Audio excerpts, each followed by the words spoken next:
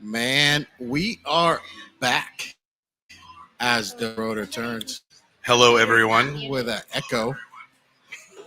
Where's the echo coming I'm from? looking at that right Somebody's now. computer is not muted. Found it. Fixed maybe, it. could We're be good. Me. It could be me. No, you didn't. Is it Oh, me? no, I muted his microphone. I can't mute his speaker from all the way over here.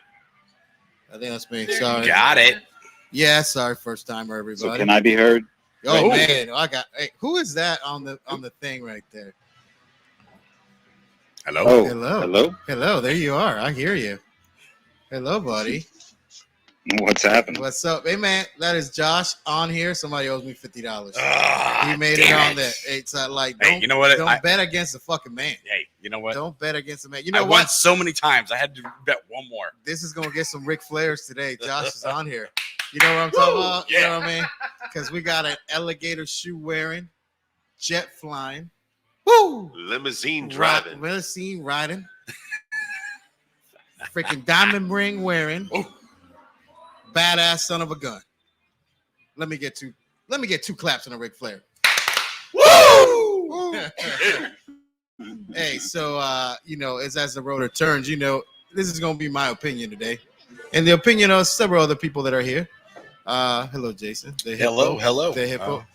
Whether you like my opinion or not. Yeah, and then we got Black Jason today sitting over there. In the house. So, and it's just you're just the second Jason here. So that's it. And you got Patricia on the ones and twos. Hello, everybody. And birthday buddy. Hey, birthday buddy. And Black Jason brought a black puppy. Oh, And yes. then- Well, Black Jason's wife brought a black puppy. Yeah. the puppy's so cute. Yeah, and birthday buddy's gonna be busy with that. And then the love of my life is here. Hi. Hi. I love love you. you. I love you. And then you got a bunch of people over here in the peanut gallery. And however, that is Josh on the phone remotely today from a hidden spot unknown to the world right now. He is in lockdown. You still hear me, man? Yeah, you will not know where I am. Yeah. Hey, man, we got Black Jason's got a good story to tell us today. So we're going to talk about his struggles going through. But before, I've been dying to get Josh to talk about this one thing on the podcast. And we have to. But before we finish, I said, let's remember, it's my opinion, not the opinion of anybody else. And not as a rescue company one or anybody that hires the rescue company one. Now the most handsome man in the whole entire world, Dr. Benjamin Abbo. That's right. And if he does happen to pop in today, don't do anything stupid on his name and behalf. That's right. Follow your local protocols. Don't be silly. And we will talk about certain things today that are medically in nature sometimes. We're gonna make you uncomfortable. And but if I say anything that offends you at any point, well, you should have probably fucking turned this thing off a while ago. That's right. So welcome back. And Josh, you Yeah, have what's to up? tell this story. I tell No, people this story it's all the not time. the podcast for this. I story. don't even tell them. I tell them about the story. I don't even know which See, it's story like you're that, talking about Tenacious- either. By the way, It's like the Tenacious D song tribute. You know what I mean? They're talking Yeah. about that they're doing a tribute to the greatest song in the world. This is the Absolutely. fucking great you've ever heard in your entire life. And this is about Josh's wife's first day at work. Oh no, you can't build it up. You can't build it up. But I'll get into it. So You may proceed. So check this out. So Patricio, we're going. So we had we had a little staff meeting. We had what we like to call a Festivus meeting. We had an airing of grievances. And pizza strength was expressed very Yeah. heavily from Mr. Tavares. And the meeting did not end until somebody pinned me. And Amanda ended up pinning me. I know. Yeah, there was a long So- steel pole involved. So there we were at this meeting today, and they were talking about laughing on the microphone. We have to sit back and laugh off the microphone. You see what I'm saying? Yeah. Trish is the number one offender of that. And so step back and laugh because the story Josh is about to tell you, I'm gonna pee my fucking pants. We needed an adapter for Trish. I don't know where I am out of adapters. We'll get an adapter and say it. So Josh. So Amber is Josh's Set it wife, up. and she's a school teacher. And her first day, her first teaching job out of school, started From getting her teaching. let's talk about the certificate, phone. Go ahead. Yeah. So she gets hired for a job, Jason. This is shit. You gotta hear this shit. So what happened? she gets her teaching certificate, and it's difficult at that time, not like right now, so it's difficult to find a job. She has no experience. She's trying to get whatever the hell she can, right? So she gets this job at a school, and I want to say it's some. I can't even remember the name of it, but it was near Edgewater High School. I know that when She she told me the location of it, and it we was should probably for. not say it, but it's a school for Yeah, I know. It's a special school for people. special people. You know, I mean, God loves the special Yeah. children. So, so yes, school for special kids. She goes, she gets an interview. She's excited. She goes down there Real and quick, going through the interview. I'm Go ahead. so sorry. I'm so sorry to interrupt this award-winning story. But Josh, are you talking to us through the microphone of your computer or Headset. through the microphone of your telephone? I'm using the computer now because that was getting better audio off of that. Oh, then You we were can lagging disconnect the on phone call then. Let's do it. Yeah, this, Yep, this calls is- calls cool. disconnected. All right, so All right, cool. so she goes to the interview, and first thing she tells me that throws a red flag up to me when she's relaying the story to me, which you know with any woman she relays the story, it starts next like last week. So when she gets up to the point of this interview, it just strikes me how compliant they're being. Like they're just like, yeah, we. She's telling me the story. Like, yeah, they were excited to have me. You know, they almost like they couldn't believe they even had someone applying. And I'm like, that doesn't sound right. You know, like so you're telling me they don't have that many people applying, and they were really really excited you were there. I said, tell me more. You know, yeah, she had me listening now. Tell me more. She's like, well, they told me to bring. She's like, well, they told me This to, is my you know, favorite that, part. that, This is my favorite part. she told me that there, you know, Go ahead. there are rules. You know, certain kids have you know certain things about them or whatever. She said, but the number one important thing you need to do, please do not forget this. Amber said, what? She said, wear running shoes. We're running shoes. Wear running shoes. We're running and shoes. and she tells me this, and I'm out right I go, what the fuck? I go, are you talking I about see what it's- like cross trainers or just because they want you to be comfortable? And she goes, no, because I don't. Or she wasn't comprehending what was going on at the time, like how bad of a situation she was in. But I was getting it She's not going secondhand. for a gym teacher job, right? No, like school, straight up school teacher job, like kindergarten. Like right now, she teaches kindergarten. So she then they start to walk her the perimeter of the fence like it's a fucking prison. She's like, they start walking me around the grounds, and the lady called it the grounds, you know, like the whoever it is, the headmaster, principal, whatever. And so she says, they're walking me the grounds and they're showing me the perimeter of this place. And that was when she brought up the please bring running shoes, and she was specific.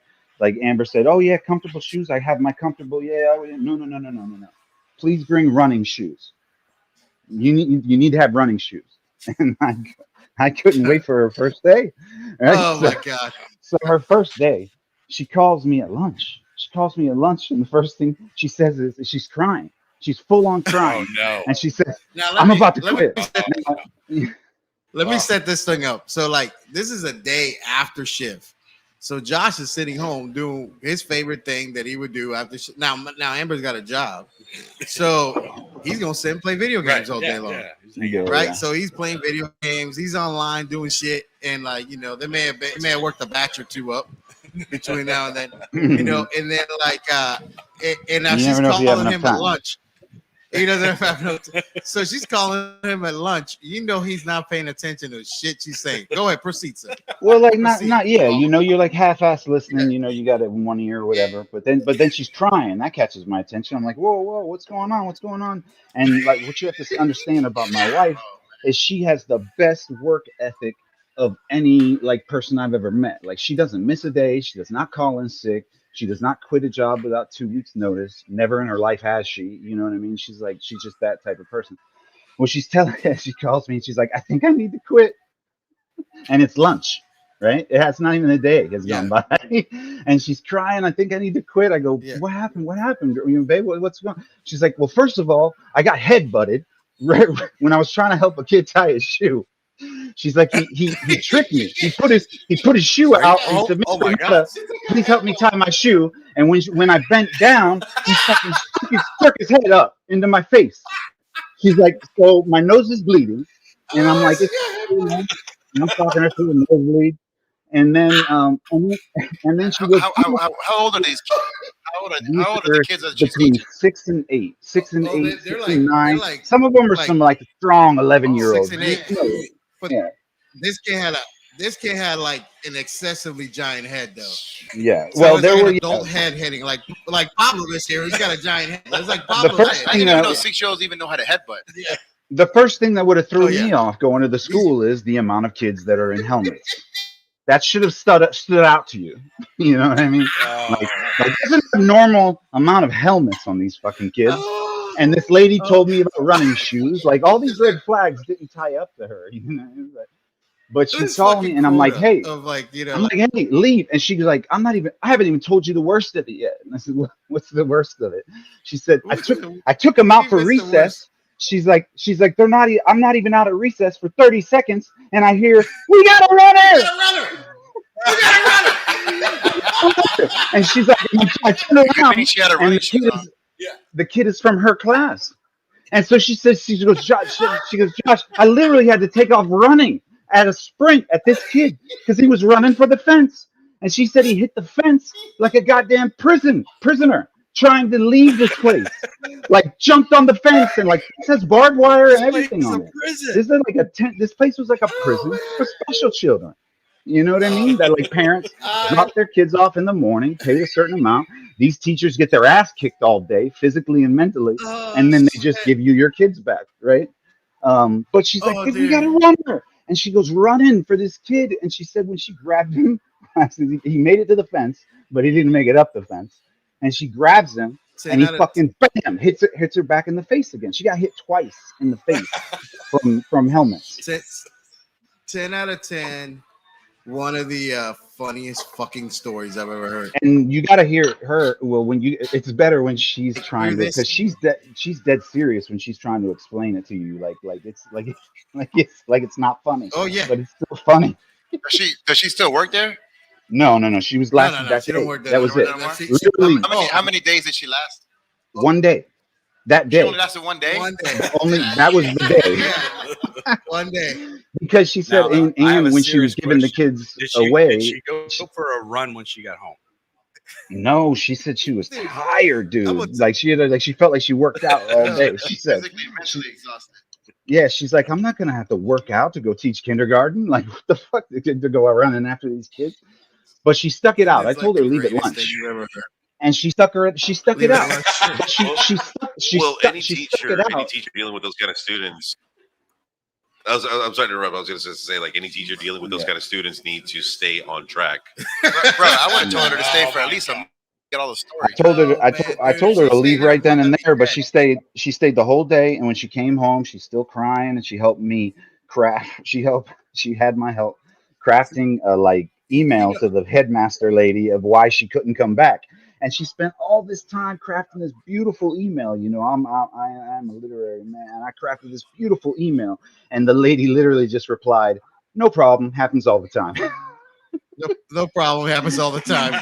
No problem. Happens all the time. Like the one thing I got to say though is Amber is awesome in the sense of a lot of people don't know this story. Like at last podcast, when Josh was on, we didn't talk about this, but what year did you and Amber get married? Oh shit, Brutal story 2016. You remember what year you got married? Yeah. 2016. 2016. Yeah. So 2016 was the riots. You guys remember the riots? Like they had them in Charlotte. So that year, me and Josh are going to Charlotte to defend the world title critical care championships, right? Mm-hmm. And AMT is it still AMTC at that point? Yeah. So basically, in Charlotte, they had riots, and they end up going into the convention center, shutting the convention center and shit down, right? Mm-hmm. So they ended up postponing AMTC. AMTC, the competition, is 2 days. They reschedule it, right? It's 2 days after Josh's wedding. Oh, jeez. So we have to drive to Charlotte. Was it 2 days? No. It was 2 days after. So we had to drive the day after my wedding. So Josh gets married the very next morning from his wedding. We get in a freaking car, and with his new wife and Trish. Oh, she wanted to come. Yeah, I had to talk her. And we drive to fucking Charlotte to go to competition. That's a fucking badass wife right Yeah, there. We go. yeah. We're going to an EMS competition. Supportive. for You sure. know what I mean? Supportive as shit. Yeah. So it's Yeah. like, Yeah, we made the so best it's of it awesome. while we were there too. But today we got Jason Wheat on the podcast. Yeah, thanks for having what's me. up, I appreciate Jason? No, man, appreciate you coming on. And That was and a good story, actually. and I got to tell you, I- man, like I told Josh you were coming on, and Josh feels strongly about a lot of things. Yeah, that's why I decided to Political come on. informant. Yeah, and Josh is like, I got to come on today and talk and be here. You know, Get so my 2 cents. but you know, Jason, go introduce yourself, man, to everybody. They don't know you out there. Jason Wheat from 305 from Miami. Oh yeah, it's a Miami dude. I was got to represent that. Yeah. I work for Orange County Fire Rescue. Been there 16 years. Currently, I was the head personal peer fitness trainer, and was in charge of Fitbit. And now I'm back in the field as of 3 months. So Sorry, Jason. it's all good. People see puppies and stuff, and they don't really nothing really Yeah. matters in the world. There's Puppies puppies, and babies. puppies and babies. Yeah. Like, Yeah. you know. Right, she took the puppy. Now That I need depends, that because baby. there's some ugly ass So- babies out there. And So I don't you want to were, be holding no ugly ass you're, kid. Proceed. That You're- one's kind of for- cute. For the people that don't know what the Fitbit is, Jason, that's like you guys created a workout place for all firefighters, right, in the county. For firefighters and police officers, and then if military wanted to come down, they were allowed to work out there too. So all firefighters from all over the state, nation, if they wanted to come, they could work out there. Police officers, whether it be local or in the state, and then also military. Now you like I hate to interrupt, but you guys are trendsetters.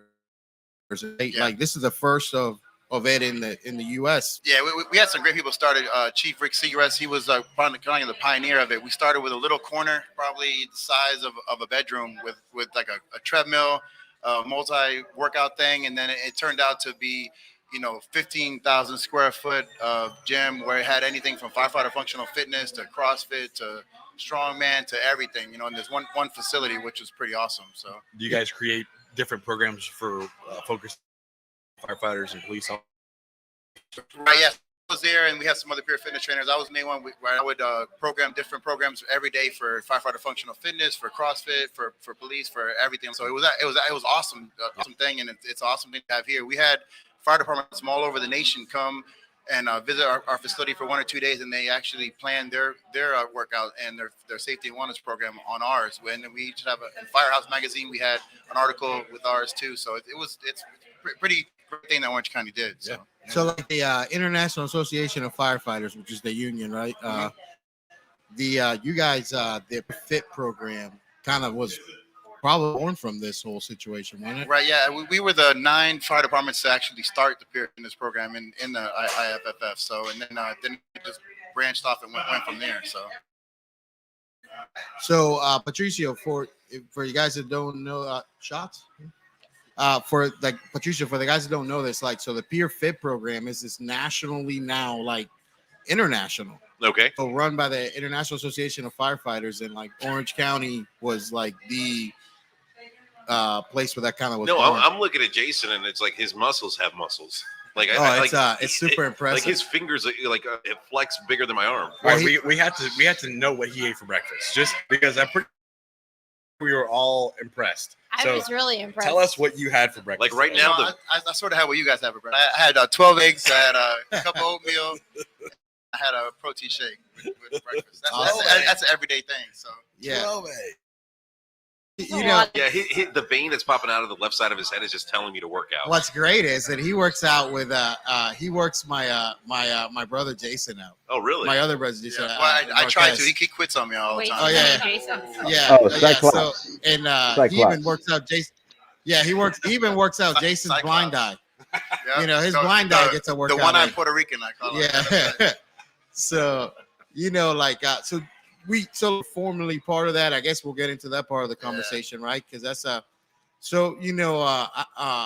I know you, like, from stuff is that by reputation, man, you carry on this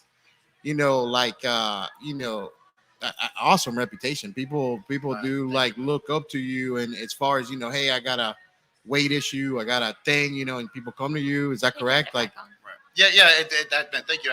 I just, man, I joined this profession, to help people out, and to do everything I can, help people out, and just to be able to do. And I went to college, and I got my degree in physiology, so I was able to do that. I love working out since I was 13, 14 years old. I came from a bad neighborhood, so I had to fight and lift weights and do everything like that to come up, and I just fell in love with it, play football, and then to be able to do firefighting and doing personal training and take care of the people I work with, it was an awesome.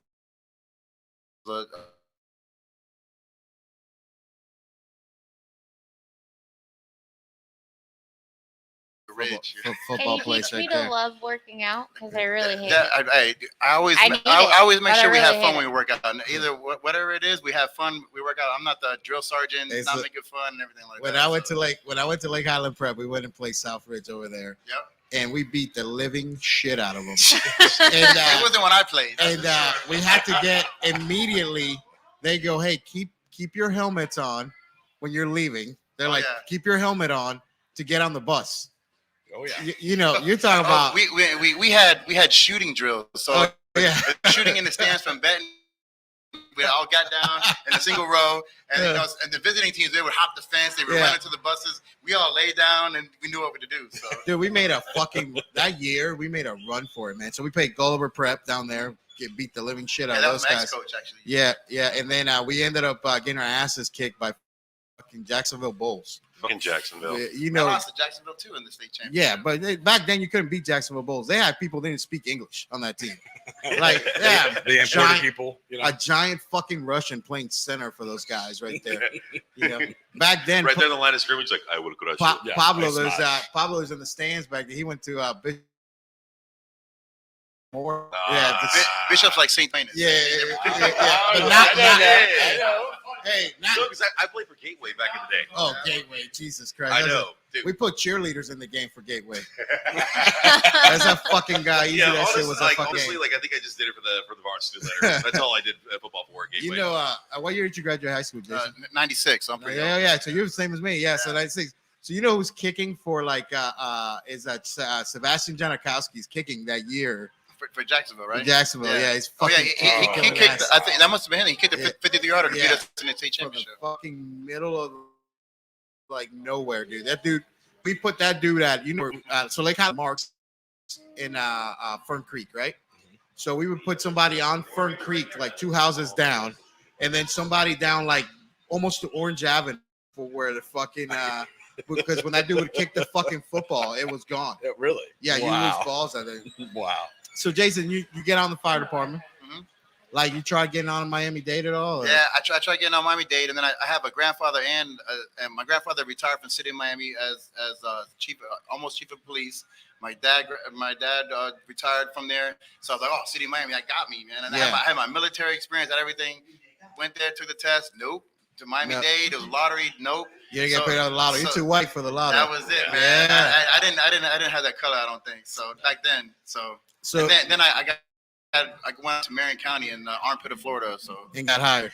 It's right next to the ball sack. But there's great guys that work for that department. I got a lot of great experience. I became a grandfather because of that department, because it takes 2 hours for the next unit to show up on a fire. Oh yeah, you fight some fire, man, over there, and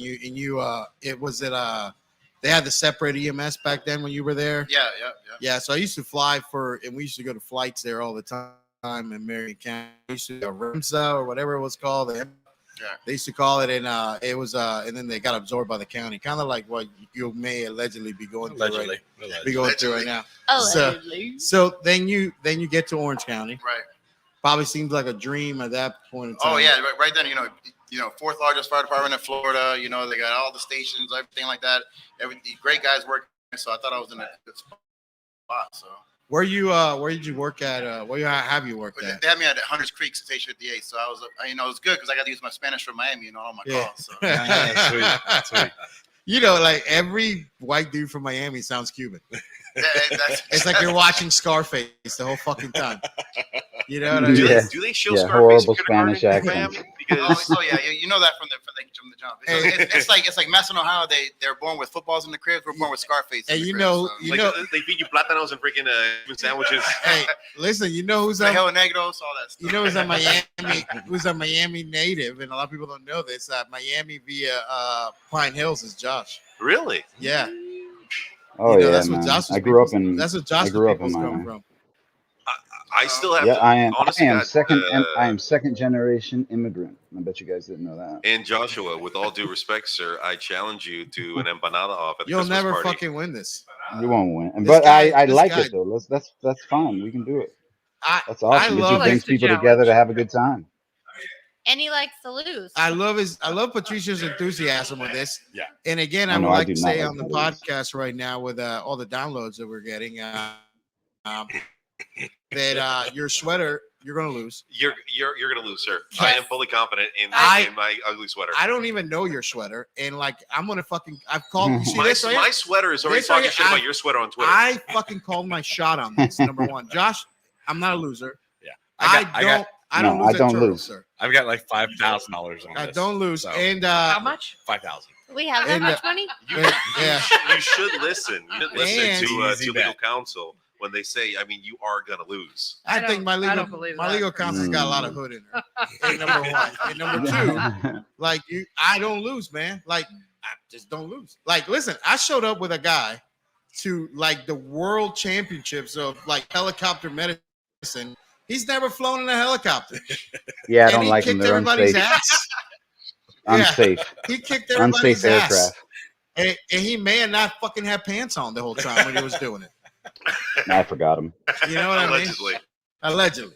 Patricia They is let you- going to they'll win let you as go well through as with he boxes. won the milk challenge. Yeah. Listen, listen, Oh. listen. What happened Hold to the on. milk challenge? Hold on. Hey, I'm Josh, putting that's- He myself. failed miserably. You ever heard I gotta that hear shit the before? milk yeah, challenge. yeah, yeah. No, I Bro. do not.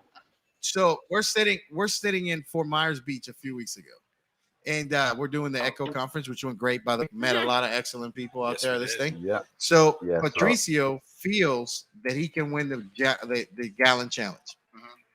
Yeah, Like- a gallon an hour, right? Gallon of milk in an hour. Yep. Yep. I like his attitude. So oh Look, yeah. I want a rematch. Now Okay. Pablo's been around for a while. Pablo's back there with the most beautiful daughter. Hey, It's not his- Pablo. It's not his. Oh yeah. Like, I tell him I said that girl's what's up. got that. This girl is undeniably Yours. Yeah, that girl's got a giant head. She wears an adult baseball cap, like giant fucking she's noggin. 3 That's months how you. Yeah, that That's how you know it's Pablo's Yeah. kid. All Pablo has to do. There's no paternity test. You just show up to the So check to this the. out, bro. So the two hats. So this guy goes Regular, Now, normally, extra how the large. gallon challenge goes is, I talk you into it. Like I tell you, I build you up. Right, Like there's no way that you're not going to get this. You know, but right. this time I didn't do that. Oh, Like you told him you were gonna get it. you're not going to get it because the reason is late. We just got done with the podcast. I had to teach it. We had to teach the next day. I'm fucking tired. And I'm like, you're not going to win this. So I wouldn't do this. And he fucking he was cocky about it. He ordered Oreos. Oh man, you ate Oreos while you did it? Well, that was the thing. That was the thing. No, Freaking, he didn't get the look, Oreos. never sent a cop to do a Mexican's job. I freaking wanted Oreos. So, We didn't get donuts Was it either. whole milk that you were doing it with? Yes. oh yeah, it's Oh, whole yeah, milk, that's bro. whole milk. We love you, So- Rob. That's it. That's a true challenge right Yeah. there. So, yeah, that's a challenge. so yeah. I send a cop, Rob, allegedly.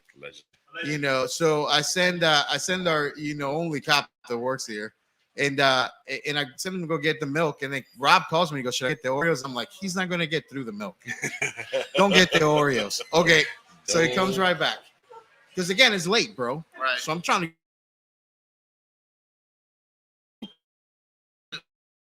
Really? 7 a.m.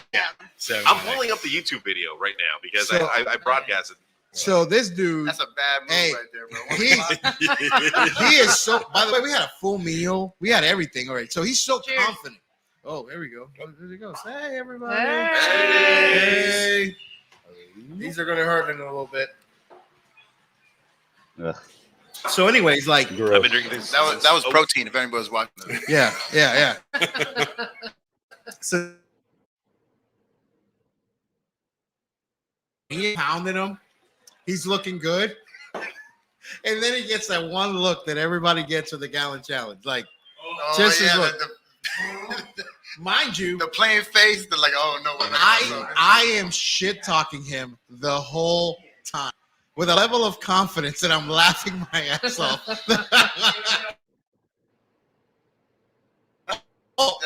Oh, I've seen plenty of men go down on. Like I have never paid $1 to a person taking on challenge on other than one Australian dude that's a fucking ringer. They showed up. He actually did it. It's on the. Oh, it's- look, here's Bro, I've never Here's seen the anybody. video. Here's a video. What's this? What's this shit? Oh, what are you doing? An Oreo? I'm dipping a cookie that we had that Trish had brought or Bad someone had mistake, brought. It looked like a chicken wing. It did look like a chicken wing. Ew. It did look like chicken milk. So- Oh, man, I'm what fast movie was forwarding it. that? I'm fast forwarding it. we had cookies. They were So- chocolate chip. So basically, man, like we have our Dr. Abbo was there. We had a doctor standing by. Yeah. Just in case. He died. Yeah, we had a doctor there. Yeah. So then, like, Dr. Abbo has to leave because he's got to be at work the next morning. So we got to move these vehicles out, you know, and like he goes with his vehicle out. And his gangster lean got more gangster lip. And he finally comes up and he says, like, I don't think I'm gonna be able to finish that. Right there, we have handsome Andy right there. How long did you make it? What time limit? Well, he didn't finish. Right, yeah, that's what I'm saying. Yeah, it was at the When was your 39 minute last mark. sip? 39 minute mark When you was knew it wasn't gonna happen. it wasn't gonna happen because the thing was I went to my car and I go to get in there and I'm already feeling the bubbly guts. the The bubbly bubble guts. the bubble guts. It was brewing. Oh yeah. But I will say this. It was so entertaining to be with Dr. Abo while I was doing the milk challenge because getting dissed by a medical professional Oh yeah. was the funniest shit. Oh yeah. And the it's- doctor's what did he laughing at say? you. Oh, here I'm putting it on right now. Here we go. Hold on. Listen. All right, so he did this show before we went live. Shoot, one more thing. Here we go. This is by far my favorite comment of the night. It's coming up.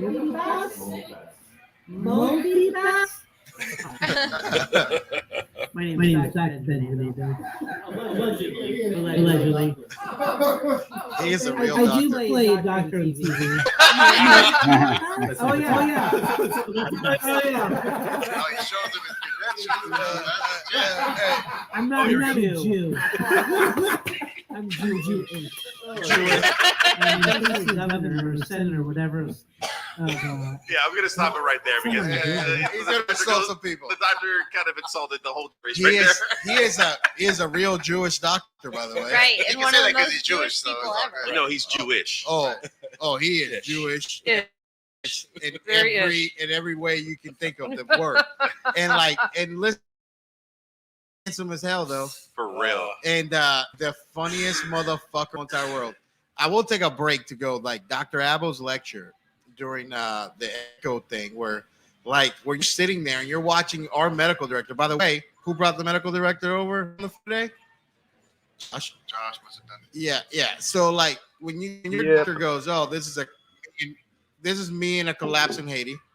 This is me in an earthquake in Haiti. This is me with like a giant shark at Shark Week. And then this is me like in like every fucking disaster. He's like Fort Gump. He's everywhere. That's a fucking running. the coolest in the whole entire world, the coolest doc ever, and like top employee here at the rescue company one. So Yeah, he's Carmen San Until Diego. I get yeah. Oh, and by the way, till like my newest employee, and by the way, great Amanda. And no, and Amanda's word is no, there. You go. But can I just want no, Yeah, you But I go. just want no, Hey, Listen, I have a great idea for the show. no. hey, Hey, it took you way too long to say. hey, listen. I really text Carlos at that point. Hey, so that's the fucking what's happening here. So, Jason, man. So let's kind of fast forward to you sitting here. So you're been a exemplary fucking dude. Like the Walk with Bull is where I first met you. Mhm. You know, like so we started the company right at the same time as you guys are doing that Oh, long that's ass awesome. walk. Yeah, Because that was a long ass walk. because like Jason, like the other Jason, the Well, one when he hijacked it, yeah, well, so Jason When he leaves. what? So Jason leaves to hijacked go that walk. shit. You know, he Well, went- I actually called him to be a part of it. Actually, Yeah. So. so you're walking with Bull. So Bull's doing. He's a guy. He's a retired Orange County Orange County firefighter, yeah. And then he was doing this to bring awareness to cancer for firefighters. For firefighters, yeah. I actually took over his spot. Like he had my spot at the Fitbit. He was the original guy at the Fitbit, and then took me out to lunch and asked me if I would take over for him when he retires. And I was honored to take his spot because he was a first squad guy. He was first guy to open the Fitbit and make it what it was. So it's good that I was able to take over for him. So. I'm not gonna lie. When you guys were messaging about Jason on the show tonight, and then something about a bull, I'm like, this man actually ran with a bull. Like, I did that. I did that too in Pamplona. Are you serious? Yeah. I did that 2 days. 2 days I did. Yeah. For real, dude? No, I got to hear about that, Jason. I'm gonna have to hear about that. Ever. Oh man, you gotta go, bro. He broke the bull's neck. And I've always wanted to fucking do that shit, dude. Oh man, it's been for real. That's what I'm saying. Me too. The party before that, they party 24 hours, and then at 7 a.m. they start the bull run. There's people passed out on the floor. They wake up off the floor and they go run with the bulls. It's freaking crazy. That's a great. We're doing that. Rest company wants sponsor. You have to. Podcast from Pamplona right there. That'd be great. I'll wake your ass up. I'll be running with the microphone. Yeah. I'll go with you guys. Hey, fucking ridiculous. It's not going to like Trish will be on the sidelines because they ain't nothing like. I'll carry you. You'll be all right. You'll make it into the stadium. Don't worry. See. I got you. There ain't nothing faster than two guys from Pine Hills getting chased by bulls.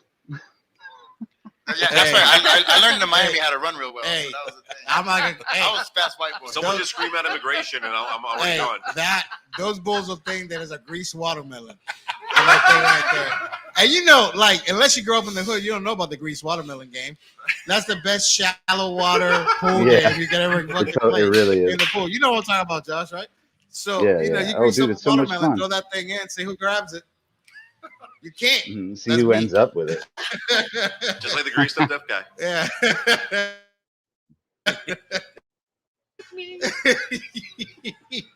so like dude, like by reputation, man, you're this dude, and then like kind of fast forward to the last few months. What's been going on?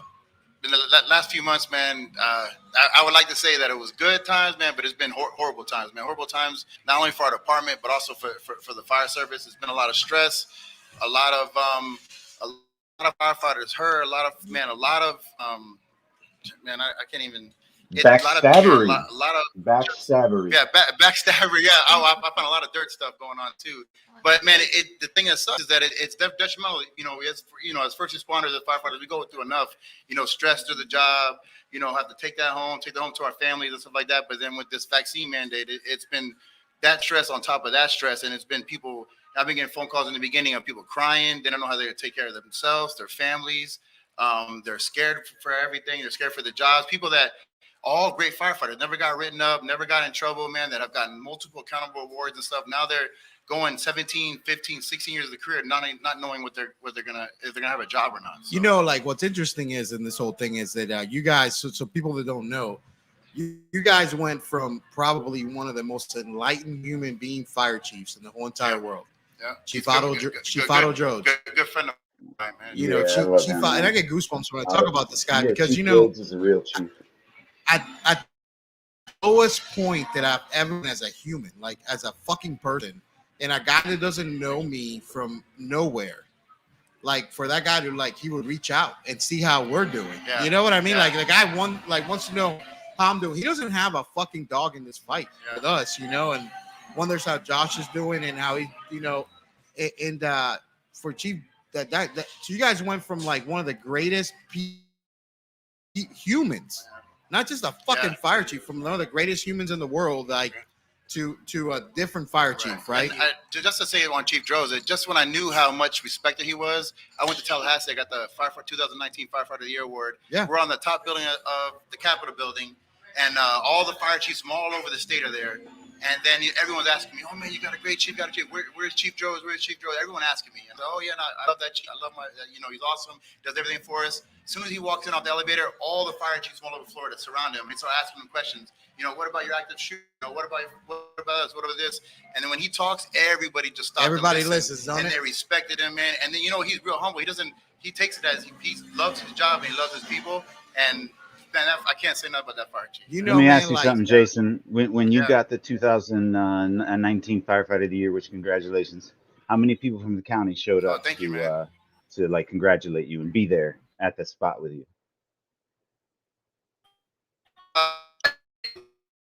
Too. That's how awesome is that. He told me, "Hey man, we're doing it's fitness month. We're doing we're gonna do a workout. We're gonna post your workout to all the fire departments." So I'm nervous. Shoot, I better come up with a good workout. So and they only gave me like the morning to do it. So I'm like, oh shoot. So I'm like, okay, we gotta do this. And then I'm like, no, we gotta change this. So I'm already nervous. This and that. And then I see all these people start filing in. I see the mayor walk in, the county, the safety officer, everybody starts walking in, and then all the PIO people, and I'm like, oh shoot, So now I'm getting nervous. I'm like, okay, I got to do this, and then they bring in the award, and they say, hey, congratulations, you got the Night of the Year award. So there was probably like 60 or 70 people there, and they brought my wife in there and everything else. So it was pretty cool, but it was a great thing. They set that up really well. So. Yeah, that's how it's supposed to be. Tell them how you got it, Carlos. See if you can put it up. So, I know, Carlos. I heard how you got it. The guys that gave me it told me your story, and I'm sad for you, bro. So when they go, the year after Paul, so they're going to give us they're going to give me the Firefighter of the Year award, and they combine Firefighter of the Year and Paramedic of the Year, and want to add to that award, they're going to give it to us. They shouldn't have done that. So I keep saying us because like when they, so the guy that writes up the thing. Give us the award is Brian Nadler, who's I owe my life debt. That's a different story for a different podcast. And Brian writes it up and it gets sent up and they're gonna give me the award. And they call me and they say, hey, we're gonna give you the award. And I said, there's no absolute way. Like first of all, I've never, by the way, shown up for an award in 20 some odd year career. So like. I've heard you say that before. Why is that? Because they pay me on the fire department. Like I wasn't there for free. Like, so by the way, like I have an award I got the Orlando Fire Department. It's called the John Lukowitz Award, which is it's given like 3 fucking some odd people have gotten it in the history of the fire department. And like I got it for pulling some Brazilian dude out of a car fire. And it was just ridiculous because I just happened to be there, getting paid a lot of money to be there, like a lot. They pay a lot of money. So, and then they're gonna give me this fucking thing because well, you know what? Like, my dad was the 3rd scuba diver in the fucking Hudson River after a plane went in there. We were doing that Sunday when they were giving awards, watching CBS Sunday Morning News because that was my dad's favorite show. He didn't go fucking awards on Sundays, right? So I just grew up like that. So I never would go to that shit. Photos up on the screen. So anyway, so they call me. They're going to give me this thing, and I go, "There's no way I'm going to go get this award if it is at all. Like I'm not taking it." So and I go because I wasn't there on myself. Right. So so Josh, they're going to give it to Josh. They're going to give it to Josh too. This is the first time they're giving it to 2 guys at the same time. And not to mention they're giving 2 awards at the same time. Like they combined them. Right. And so now I'm gonna go. So mind you, the fire department isn't gonna let me go to get the award in Tallahassee from the fucking governor. Right. Yeah. The governor is giving the fucking award, and the fire marshal of the state of Florida had to fucking come down to the to make sure. Let me back up. The day that they're giving us the pre-award. You gotta talk about that. Yeah, the day they're giving us the pre-award, they float me out of my fire station. They send me to another fire station, and then that station gets sent to training. So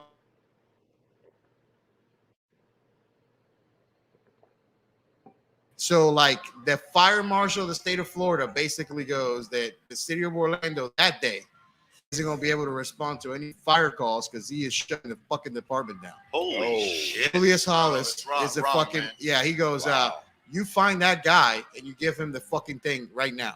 So they fucking pulled me, so you watch. So Josh, they had to bring Josh from home. Right. And they had to fucking find me inside of a maze. I was doing a search.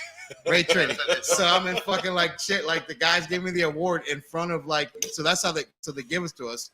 And then the day that the governor's giving us the thing in Tallahassee, I was supposed to be on shift. They weren't going to let me go. They weren't going to let me go on shift. They weren't going to let me do the shit. And by the way, Josh is terminated a few days before that. Yes. Yeah. they fire him from the fire department. Right. And then It was the same day like, the so award was announced. Yes, yeah, exactly.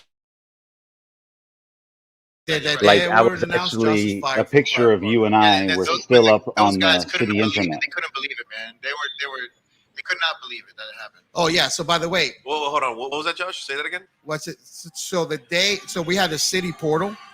So the day that they terminate Josh is the top. By the way, when me and Josh would compete, I would compete as a nurse. Josh would compete as a paramedic. So the day Josh gets terminated from the fire department, he is the top paramedic in the whole entire world. We just won the world championships the day before. So that's on the portal of the city when he gets terminated from the fire department. Unbelievable. So like the craziest freaking thing, So anyways, we go up, like I go up there. So this is like I'm gonna go get the award, and like that's why you see that picture that you see. I don't know, Patricia, you put it up. In that picture that you see there, you see I gotta pull it back up. I just so you see Josh is wearing a suit. Yeah, it was And from I'm left to right. in, It's Julius, the yeah. fire marshal, myself, State of Florida Chief Fire Miller. Marshal. Julius Salas, coolest dude. You met him. Yeah, like he's the coolest yeah. dude in the whole entire world. Cool Like as hell. a real human being. That guy's in charge of all the fire departments in the state of Florida. He was awesome. Now it's Yeah. Petronas now, Yeah. And well, when you pull that up, the one thing you're going to see is you're going to see John Miller, who's a retired fire chief from the city of Orlando. He's the chief of Ocoee. And then you see the Orange County chief at the time, which is, Chief Drodes. And we're sitting up there posing for an award. We have not a single city of Orlando representation at all whatsoever with us there that day. And he sees us up there with the I look fire like a damn marshal. civilian. Yeah. And as you can see, I didn't wear my uniform because I'm not going to wear it that day, so I sit up there and we get that, right? So we get that. And John Miller is sitting there, that guy right in the middle. And John Miller is an amazing being. In the sense of this, like John Miller is the reason this is the reason I'm a City of Orlando. One of the reasons I'm a City of Orlando firefighter because of this guy. Like this guy tells a chief to brand new chief to hire me. He's like underage guy gets a job with the city because of this guy. And he's there. He's not going to let me sit there by myself. But my best friend, like he knows this is like my best friend. Like this is the guy with me, And he's going to stand up there with us, And then Otto Drodes, man, he didn't know me and Josh. He didn't know us from nowhere, man. He just stood up there because he didn't want us to sit up there by ourselves. That's the type of guy he is. Yeah, that was the first time I met him. That's awesome. That was the first time I met him. Man, and you don't understand. With the whole time I had dinner before my award with the guys from the firefighters Chiefs Association, and they talked for an hour about it, man, and how it's crazy. And they were so felt so bad for you guys, and they how wrong it was, and this and that, and so it was well known, And you guys. Oh yeah, those guys are great. You guys man. deserve that award more than anybody, man. And for your department to do that, especially City of Orlando, which is a great department. Yeah, I didn't expect anyone to show up for me. I wasn't mad for myself. I was mad for Carlos, an almost 20-year guy that didn't do anything wrong, and no one showed up. And in the sense, in the reality is this, man. Again, we know what my feeling is about awards and like this type of shit, and like the reality is that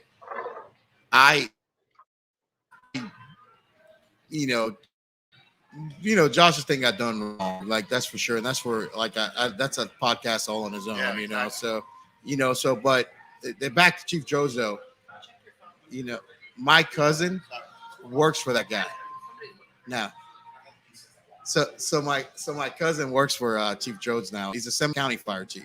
Seminole County had great sense to hire one of the greatest human beings on the face of the earth. And my cousin Jelly works for him over there. Nice. Yeah. So, but anyways, back to Jason's story, man. Like that's your brother Jay causing problems. What's he saying? He's saying Teddy is looking for him. Yeah. Oh. I don't know. Chief Ted Smith is always looking for me. So. On a sidebar, should Jason get an eye patch? Yeah, that's what I tell him. Well, he's got meningitis so many times. Again? I told him he needs to get he needs a fake eye with his across it. I right? can't. There you go. Hey, wait, did Jason ever tell you the story about like, so for years his eye surgery wasn't approved, right? So then they approve it, and then I have the dream where he dies in surgery. No, he didn't tell me that. Oh, dude, can't ever get that thing removed. That's why he's not doing it. Dude, I swear to God, Oh, that's great. ask Jason if it's true story. Remember this? I remember. But Like, you I also w- had a dream we were adopting a baby, which Yeah, we're not doing. Yes. That's So we'll just talk not about yet. that later. Yeah. Allegedly. Not at all. We're not. So, So you take that one. Bro. She's cute. She Like, is cute, but she has listen, parents. bro, Jason, like, I woke up in the middle of the night and I had this dream. Trisha's here is my witness, and I called Jason. And I called him till he picked, he'll pick up the phone. Right, yeah. So, like, I called him till he picked up, and I go, do not get the surgery. You're going to die. Like, legitimately. Like, I had that That's fucking why he dream. won't get it. I thought It for a was long real, time. bro. Like, that's a real fucking surgery. Was that like some Final Destination shit? Bro, I'm going to tell you this. Were you the one who threw off the whole Matrix? No, listen, man. Like I've had 2 dreams like they're so real in my life that like that's the first one that scared the fuck out of me. Yeah. And like that just scared me because it was so real because I felt, Michelle, I'm almost crying now telling you the story. Like I woke up, man, shit was real. How many times has something happened? You thought of it, or you had a dream about it, and obviously it's not as bad as something like that, but It's happened to me a couple times. Yeah, it happens. It's the craziest thing. No, I will say this, and I think this is just like embedded on us, as a Spanish culture, where like the supernatural like tends to affect like the way we think. And La my chupacabra. grandmother was exacto. Ya tú sabes. Yeah. But no, my grandma was like really into Santeria. She lit the candles. She made the prayers. La bruja. She smoked. She smoked up the house with the charcoal y todo eso. But I have a thing that not for I guess for you it's dreams. Like the dreams speak to you. For me, I have a different signal. When my right eye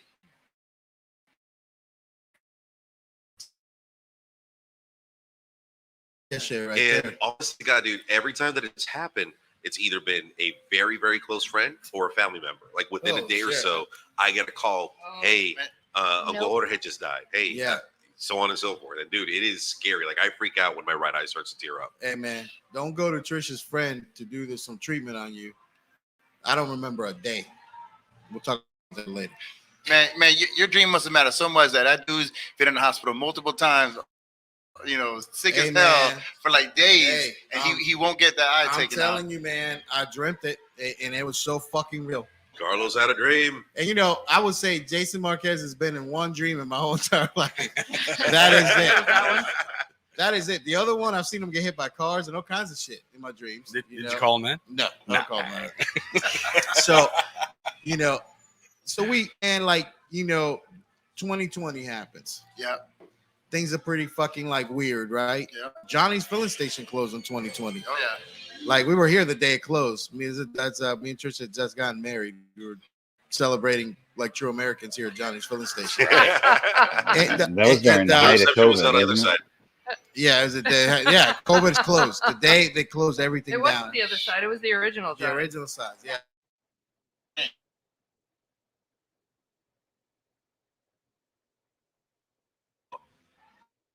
God shows up. Right. Yeah.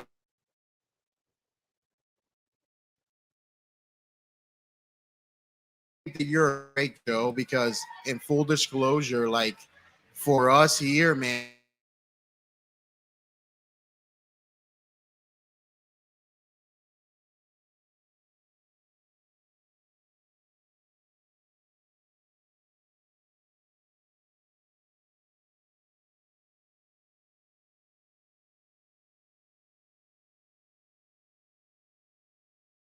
Gyms closed down.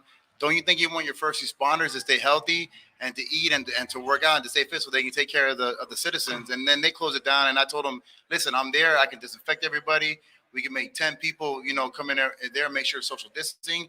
We need our first responders to keep working out, to keep being healthy.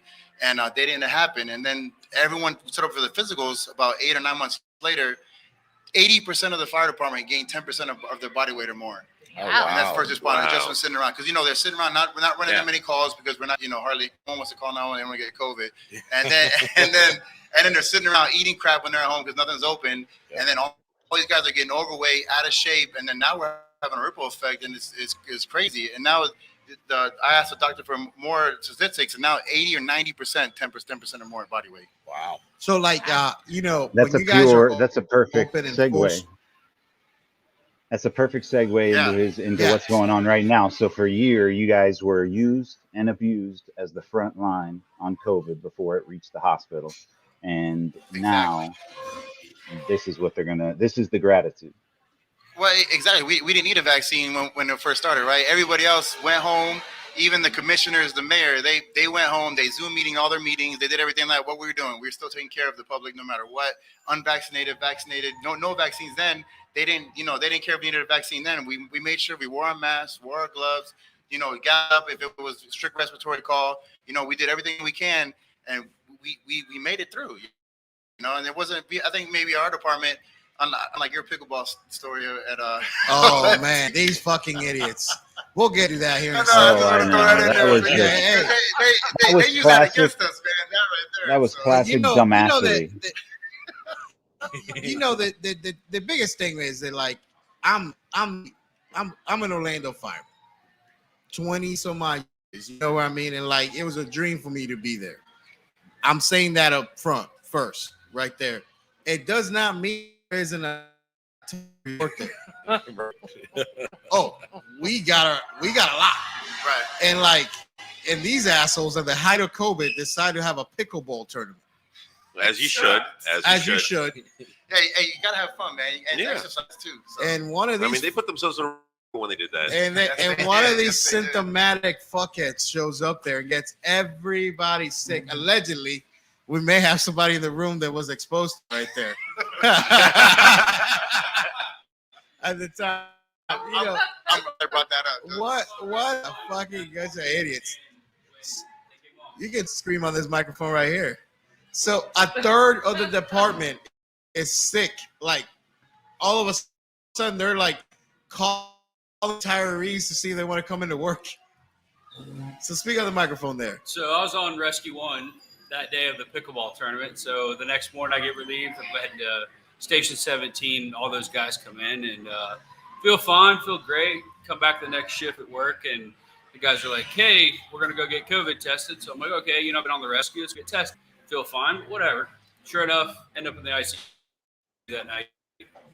So the mic's covering this guy's face. Who's this guy? Yeah, Did they put you on a ventilator or no? Nope, I managed Hey, to good. It's If they would have put you on the vent, you don't know if you would have made it. Oh, is that so? that's And Kyle? you know what That's the Kyle? funniest thing? I can't see your it's face, Kyle. Kyle. Yeah, it's Kyle. What's up, Kyle? So Kyle actually went to Jason's school to teach. In between all this happening, and then Jason's got like, a COVID exposure at his school. Oh shoot. Oh I yeah, wouldn't the even patient I was fucking gonna say that zero. on here. He's gonna get mad. So. Oh no. You know why? He's gonna be. You know why I say this, and this is the reason why I say this, because this is something that people don't know, and Jason didn't tell people this. Out of his fucking pocket, like you're talking about, he's pulling cash out of his pocket to shut the school down. So he's shutting the school down and like paying for like expensive testing at the time and expensive measures to make sure the school that people were safe. Yeah, people don't know that behind the scenes. He's tough on the students, make sure that they know their stuff, make sure they learn everything like that. But they don't see him paying out of his own pocket to make sure his students stay safe. No, and that's what doesn't get mentioned. Nobody forced them. Nobody forced them. Oh shit. He said Kyle cost him 42K. No, that's true. That's 42K that he didn't. That's his money. Damn. That's his money. That's his fucking money, dude. Yeah. That's his kids' money. That's his like, let's pay our mortgage today money. That's his money that fucking dude paid to make sure people. So exactly. That's a time. that's not Jay podcast, but that's the type of guy he is. I called him on Bulls Walk. I say, hey, listen, the sponsors of Bulls Walk just up and left, took their camper up and left. No, we got no camper. We got nothing to support him. And then Jay gave I don't know how much it was, like $5,000 check or $1,000 check to them. And I'd say, hey, listen, cancel your check. They're going to steal your money. Thank you for everything you did. And he's like, whatever Bull needs, whatever he does, I'm there. I'll do a rescue. This and that. Took off. Oh, he doesn't take a day off for work. That dude took off about a month, 2 months off of work. I know. Followed with the rescue. I know he was there because I was at the school. Yeah. So I know. So like, listen, like this is the thing I want to say about this Kyle shit. By the way, there's only like 7 people that work for me for the rescue company one. You cost me $42,000. I'm gonna spleen. Oh yeah. like we don't have 42 grand. Yeah, that's gonna have to be recovered from the black market. I do my job, dude. So like, listen, man, like that's huge, man. But like, so I want to talk about this vaccine He's still shit. working it off. Yeah, he's still working it off. He better be. Yeah, it's a big subject. Hey, so I want to talk about the vaccine thing. Happens the vaccine shit is a good word. Yeah, and because it's complete horse shit. Yes, exactly. It hits the county hard. Yeah. So what was the stand at the time when the vaccine shows up? So I have a good friend of mine, Jorge Hernandez. He's texted me back and forth ever since it was out on Fox News and some other news stations that, hey, the Treasury or stuff like that got mandated, and he texted me, hey, you think we're going to get mandated? And I said, I don't know, with our mayor, with everything like that, we might. And then he texts the union, puts it on the union page, hey, man, if you guys heard anything about the vaccine mandate, I think it's coming down the pipe. It might happen. Very next day, the Mayor Demians comes on the radio saying, everyone must be vaccinated or they're going to get terminated. Right there. So right then everyone drops the ball and they're like, oh my God, what's going to happen? And then that's when I started getting the phone call. That's when I started getting the worry. I started getting the cry. It happened for like 5 or 6 days after that. So, just so again, full disclosure. So with us here at the company, that's our size. We're not in the 100 people size, right? Right. So hold on. I'm going to pause you because legally I'm going to put this up there. Just the word disclaimer. So go ahead. So in full disclosure, like us as a small company, we're not in the 100 people thing. So we're not under the mandate, right? Unless when it comes to liability insurance, right? So every single one of my guys, because they're a scuba diver, they're considered a responder, right? And because they're considered a responder, like I have to get them insured as such. And so to insure one person, and like that, I actually called Mr. He's a good guy, like our insurance adjuster guy. He's like, yes, no, on the numbers. So like, just to like, I'm gonna keep the numbers out of it, but like the amount that it costs for me to insure the whole company, if I'm one unvaccinated person, it's the same amount. So that one person would cost me the same amount that it costs to insure the whole company on live. So they make sure they don't make it easy for you not to have an unvaccinated employee. Right. Which is wrong. It's so like for me, it would be bankrupt me. It would bankrupt right. small business. And maybe that's what they're trying to do. They're trying to eliminate small businesses, for everything, and having the big businesses survive, which to me, it's all about the money, So the biggest thing is this, Jason, and I said to begin with because I want your story to get out there. Right. Is that there is a few weeks ago we had a thing on like the benefits of getting vaccinated and not being vaccinated. Versus, we had all that on there, and we had to do what we had to do as a small company to do the stuff. But as soon as we get these people close the door, we want to make sure that you get your story out there, because there's a whole side to the struggle of the people that can't get the shot. Right.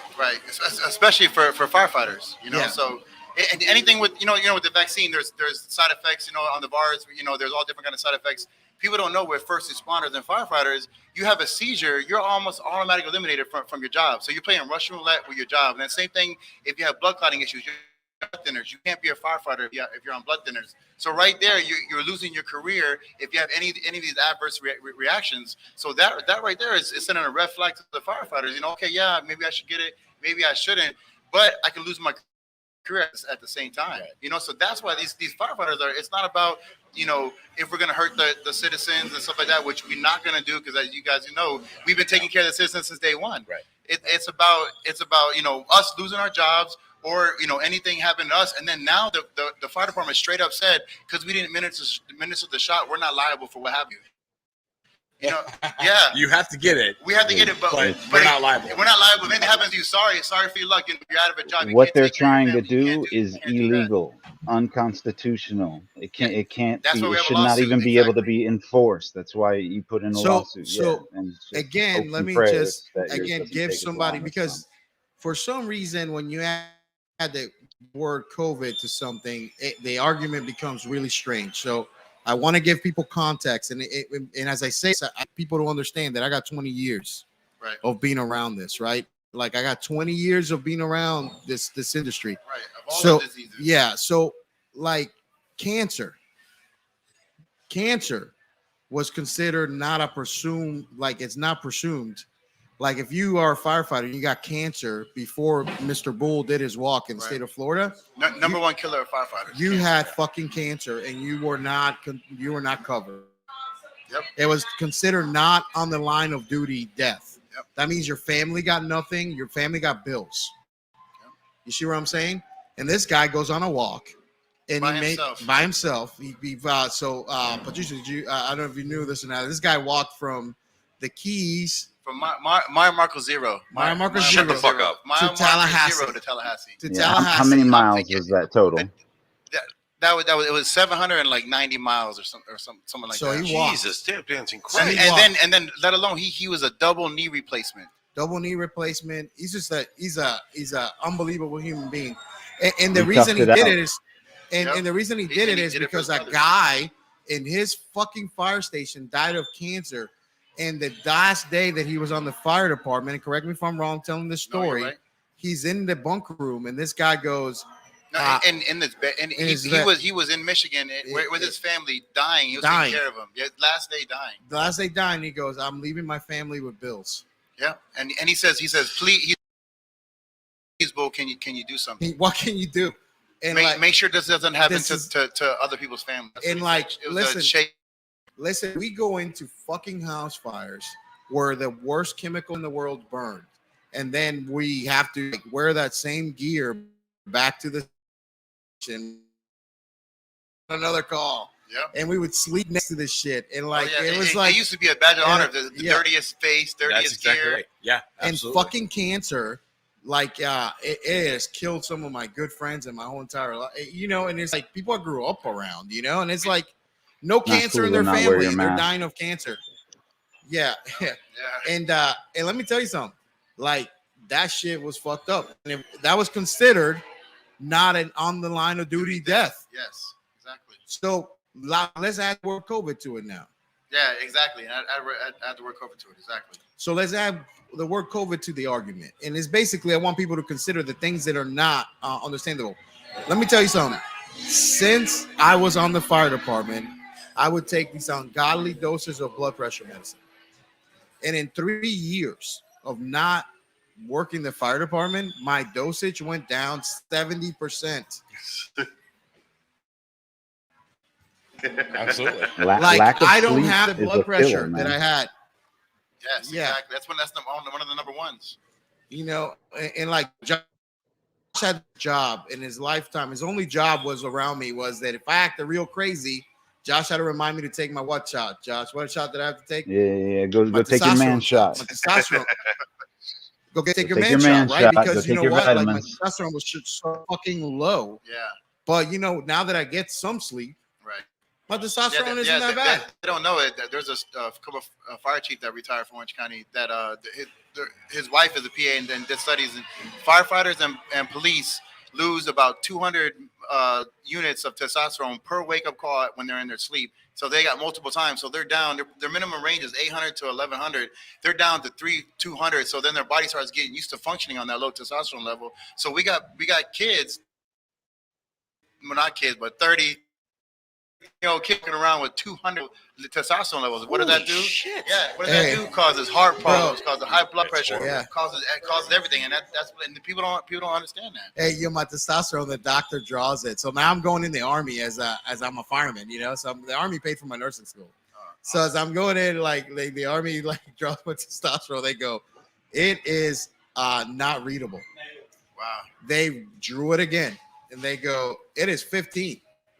Sir, are you alive? That's less than a female. Yeah, and they go, Right. and they go. The females are supposed to be and they around go- anywhere from 40 to They like 110. drew it Yeah. again, and that's how I got on testosterone. Wow. And I go, I don't know. The guy doesn't even know how to say, does your dick get hard? I'm like, it gets hard as fuck.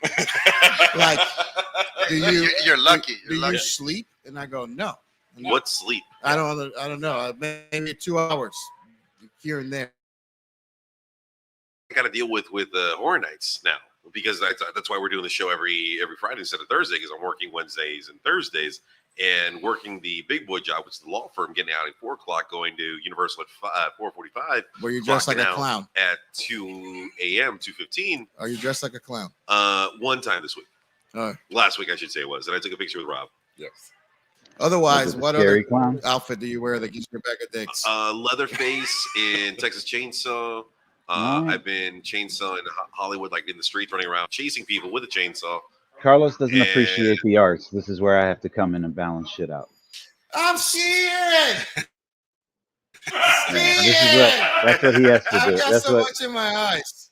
I've endured this forever. Listen. When I try to culture the this, man. it has taken its toll. Like, hey, sleeping, man, is a fucking luxury sometimes in this job, right, man? I mean, Sure, you're lucky to get some. Yeah. Well, especially for Station 1, Station 2, you're not getting sleep. Hey, man, it's in Orange County 5142, you're not getting any sleep. The 51 guys and there's a few dudes that would be on that rescue, and us on Rescue 7 or when I was on Rescue 1, you would see them at the hospital, and it was always a different man.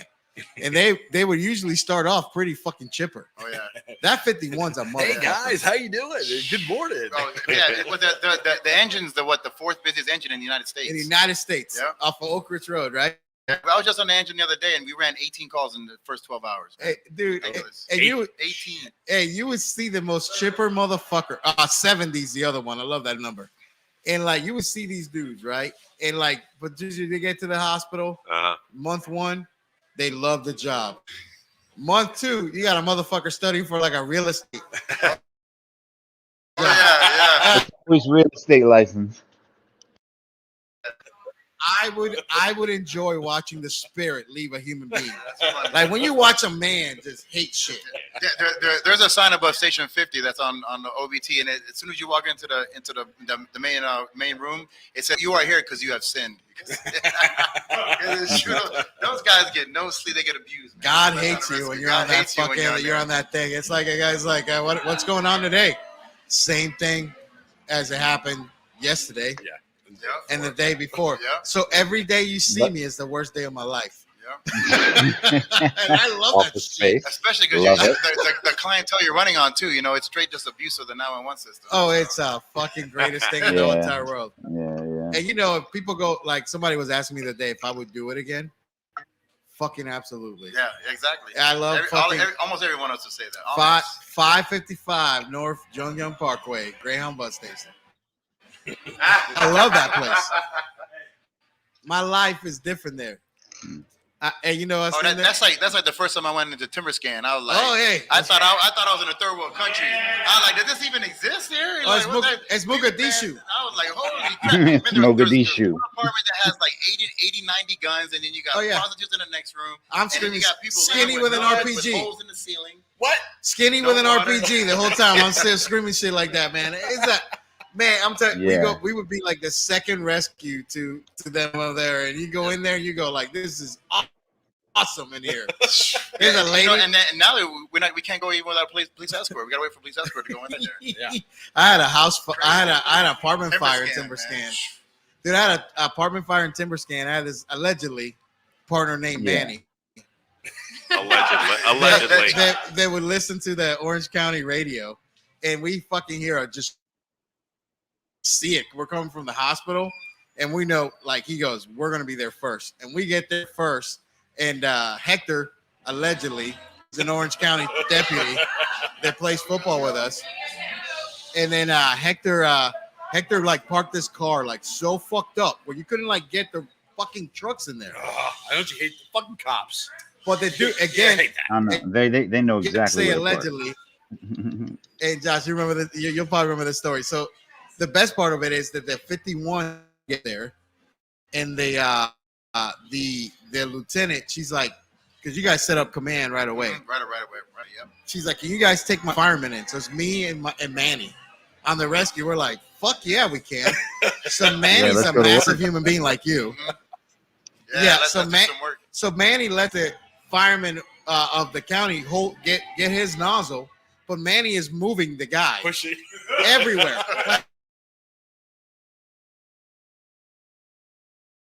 With a dude. You know the rookies in Orange County because they got pink stickers all over. Yeah. That guy's like, this is. That guy thought it was Manny the had the strength of George and of mice and men. That guy's men. screaming America the whole time. America! And he's just fucking putting out fire with like Manny's literally just moving the dude everywhere. The greatest thing I've ever seen. That place has made a lot of great firefighters, man. You get a lot of good training at that place. That's for sure. And for full disclosure, I did nothing that fire other than laugh my fucking ass off. I mean, I don't know what else. That's what you're supposed to do. You know, you got time on. That's awesome. So let me ask you this. That back to the original thing at hand here, because we got all the fucking thing. I got some questions, and like right when you're jumping into that, like, what is your stance? Like your conviction on the whole mandate? Right, and that's what people knew my conviction probably right after the bat. I would still down at the Fit Pit. One of the Chiefs walked in, and there's a whole brand new recruits happy to get the job. You know, they're loving it. I think it was probably like their second or third day, and they're all lined up. You know, Kool-Aid smiles on their faces, like, you're first. Man, you can't do any wrong. You're in the best job ever. Yeah.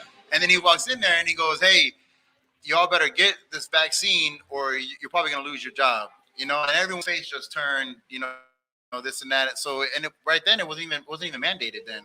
Right. And then they walk out, you know, and then I'm gonna let you make your decision, you know. And right then I stood up, I said, "Man, that's not right." I walked there, I said, "Don't let anybody tell you what to do to your body. If you don't feel like you need to take the shot, don't take the shot. You're not gonna get fired, and stand up for what your rights is." And I think maybe all of them were about to take a shot, and at least 7 or 8 of them didn't, at that time. So ever since I did that, people knew my stance on it, and it's not been just about the vaccine, not about taking the vaccine. If you want to take the vaccine, that's fine. If you want to get it for you because you got family members that are old, you do stuff like that, it's fine. It's about somebody telling you what to do with your body that you don't feel comfortable with. Yeah. And someone doesn't even know you, doesn't even care about you, and you have different views. And that's what started from the beginning. That's what my stance was. And when people started learning my stance, that's when they started asking me for help. So you'll embrace a some of these guys got the vaccine. Oh, yes, for sure. You'll embrace a person who didn't get the vaccine. Exactly, man. And in the fire department, we're all brothers and sisters, man. We all should stick together, stick up for ourselves. And if what you believe and what I believe may be different, but we're all the same, and we all have the same job. Man. If anybody goes down on my front, I don't care if you're vaccinated, not vaccinated. I don't care if you hate me. I don't care anything. If I see you go down front, I'm gonna get your ass out, no matter what. Yep. And that's the way it should be. And we all should. We're a family, and I learned that on Bulls Walk. I got people giving me house keys that I don't even know. Say, "Hey, man, I'm not even gonna be in my house." In my house, there's no job like that, and that's what the fire department should be the same way. So, what you got, Patricia? No, say because like Joshua was about to say something. I was just going to make a point that for some of these people, they don't have the luxury to do that. Whereas, like, it could be their first job. They're right there. They're ready to go. They've wanted to be an Orange County firefighter for a while, and it's like now they're faced with this: either I take a shot or I don't have a job anymore. And with inflation and everything that's going on right now, it's kind of hard to turn a job down. So it really holds your wall to the back, on whether you should get this shot or not. And so for a lot of people, they're almost forced into it. I want to think. Right. No, and then what hurt me the most is you got guys 22 years on, girls 24, 21 years on, served in the military, served the whole county the whole time, and then you got some people that are families. You got wife, you got husband, that work for the fire department. So they depend on the fire department to take care of their families. There's people that husband, wife, they have 5 kids they got to take care of, and then all of a sudden you get somebody telling you you're going to get the shot or you're terminated. From your love that you have no other way to that you don't even know else but the fire. You got 5 kids to take care of, and then now you're fearful for your job, and that that you're scared of. You're actually I compare it to skydiving. Okay, so some people like going skydiving, right? You go in there, jump out of the plane, whatever. Some people don't like skydiving. They don't go skydiving. And they don't want to fear for their lives like some people do. And same thing with the vaccine. Can I make a controversial question? You can ask whatever you want. All right. So I don't work in the field. I work as a civilian in the legal field. I'm a paralegal by day. So my question, and I'm very pro-vaccination since the get-go. And the thing is, my mother is in a nursing home in Chicago. She's in a nursing home. She needs constant medical attention, and she caught the vaccine twice. Mm-hmm. Oh, you mean she caught the COVID twice? She caught COVID twice. Yeah, my apologies. And she was vaccinated. She was already vaccinated. And the reason was because the staff, there are some staff members who hadn't been vaccinated yet. Now, this is after the Moderna, the Johnson & Johnson, all the vaccines are out now. What do you tell the people who are saying, what do you say to the general public that are like saying, why aren't you getting the vaccine? And that's a great point that you brought up. She got COVID being fully vaccinated. Yeah. And now we're seeing within the last month, I think all of my people that have been seriously sick with COVID positive have been vaccinated. So you're telling me to get a vaccine that you can still get COVID, you can still spread it to others, and it's not really a vaccine. So there's not enough. And then I had COVID. Not enough information, right? And this is another topic that I want to bring up because I had a conversation with someone earlier today that it mine because I was talking to someone over the phone and they were next to me and I mentioned the vaccine, and he's like, it's not a vaccine. So I'm like, okay, enlighten me. Let me hear why. Right. Yeah. I'm not a medical professional. I am surrounded by people who understand the medical field way more than I do. But a vaccine is supposed to eradicate a certain disease or certain disease, right? Like the polio, smallpox, things like that. Exactly. So and this is why I'm saying this. This is why I'm saying this because I'm already getting the nod. But would you say that the current medication that's out there, provided by Moderna, provided by Johnson & Johnson, so on and so forth, is it a vaccine or is it a medical treatment? See, I don't think it's a vaccine. I think it's a medical treatment. So what does it do? It doesn't prevent you from getting it. It doesn't prevent the spread. So it minimizes your symptoms from it. So to me, it's a medical treatment when it comes down to it. Okay, so now you're gonna get the vaccine, and then you're fearful. So say, remember, you have diabetes, you have COPD, you have certain health reasons. Maybe you need to get the vaccine to minimize your symptoms from COVID. Yes.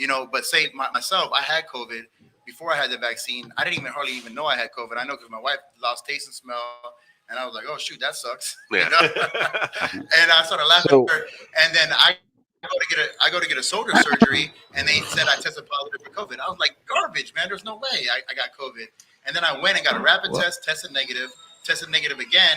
Then I went back to the surgery center, tested positive, and they still surgery, but they must have had COVID then. Joshua, go ahead, Joshua. Listen, they don't know. They do not know. Let me get this point in. They don't know enough about this shit. And the perfect quote for it is the quote they had that they keep repeating. If you've seen it on the news from Joe Biden saying, "We need to protect the vaccinated from the unvaccinated."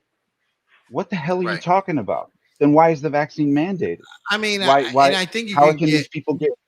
There's just not enough known. There's not enough information out there. It's unconstitutional and illegal to mandate it, and it's bullshit that people like Jason and everybody else been on the front lines, and then now this shit's happening. Right, exactly. In anything medical, you can always present both arguments, right? There's which is why we have what we call informed consent. Informed consent.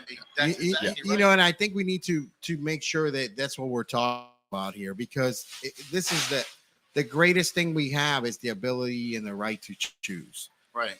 And that's what I think the argument is here, is that like your ability to choose either way should not affect your livelihood. Right. Now, Right? Right. Like, I mean, that's exactly. what we're talking about. We can't force anybody to get anything. We can't force everybody to go to the hospital. If you're AOL times 4, you're doing. They don't have to get rescue if they don't want to. Have to get. If we want to, They push can any medication, determine they their don't have to own get what got medical me is- treatment. exactly because they're completely sane and in charge of themselves. What got me into your argument, and what got me into bringing you on here is, and this thing that I really want to bring up is that I respect the people's ability, like, to pray to whatever God you want to pray to. Pray to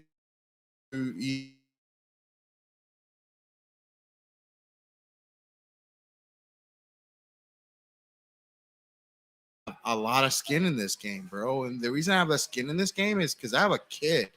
Right. My child, like I used to say my only one, but my oldest child now, because I got two other ones. One's a ginger, no soul, and the other one is a Puerto Rican. And like a Puerto Rican ginger. so he's a Puerto Rican ginger. That's yeah, I got two more kids when I married Trish. So she came with a bonus.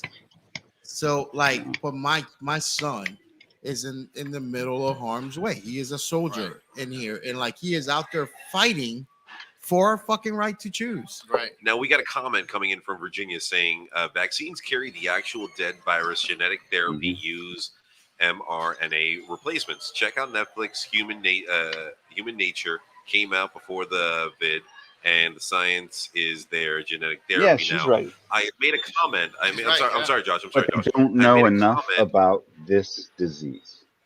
No, 100%. And I made a comment beforehand, and I got a nod from Trish. Oh, I got the look from Trish, and I wanted to get your opinion when I'd said, "Is this a vaccination or is this a medical treatment?" Now, once again, the full disclosure: these are the opinions of the hosts, not of the rescue company one. Go. As far as that goes, like nothing is absolute in medicine, ever, ever, ever. The only There thing is that's not. absolute in medicine is nothing is absolute. Right. So, like, whether you get the vaccine or you don't, is there a possibility that you're going to get COVID? Yes. Like, of course. Like, you can get. I've had the chickenpox vaccine 3 times. My titers still come up negative. But So- I think the biggie here is that, and again, like we can get stuck on the science all day long. Yeah. And that's now There's no point. That's not the argument, right? Right. No. The argument isn't the science. The argument isn't that. The argument right is to that choose. there is the right to choose. Right. And there is people in this, whether they, and like, listen, man, like, this is the thing. And this is the thing that, like, I think that us as I feel that we're like media providers, right? When we're on this podcast, we're providing like everybody's view. Yeah. If you're a podcaster, you provide your own view. There are a lot of podcasts in our genre, and I'll say this, with all due respect, which is in the Geneva Convention, we fucking looked this up. You beat me to it. Yeah, right. And I say this with all due respect. This is the thing. People in our genre that are teaching this shit, they teach their own fucking opinion. Yeah. And that's, I think, like, listen, I sat with one of the biggest vendors in our industry a couple weeks ago, and they go like, what is it you do that's different? Because everybody that we hire that comes through your place, not making a commercial for the fucking company. I'm being fucking honest here, in full disclosure. They go, why are these people making it where other people are not? And it's the fact that we are fucking honest with them, and we don't make it seem anything. It's only that, but I can go back to all of the conversations we had before where we are not people that are dead set on one thing. No, we are still learning. Just because I make a decision today doesn't mean my mind can be changed in the future because imagine now a person that has a religious belief. Changes. Just take the science out of it. Yeah. There's a person they have grown up believing that my God tells me I have certain things I can't do. Right. I can't do it because this is what I believe in. My mom believes in this. My dad believes in it. And I was raised in it. But you know what? I'm here in America. I have the right to choose this shit, right? Like, believe it or not, and that's where it comes down to. Oh yeah, we're going to offer you religious accommodations. You know, okay, that's fine. You religious accommodations, but like I didn't fill out one because I don't think I should have to fill out religious accommodation because it's my right to choose what I do. Take yourself out of the argument, Jason, because It's I want you to mention you're this right. to people because it's what people don't know. This is what Jason's about to say. You need to. Everybody needs to listen to this. The people that filled out religious accommodations at your job, right? Did they get a reprimand?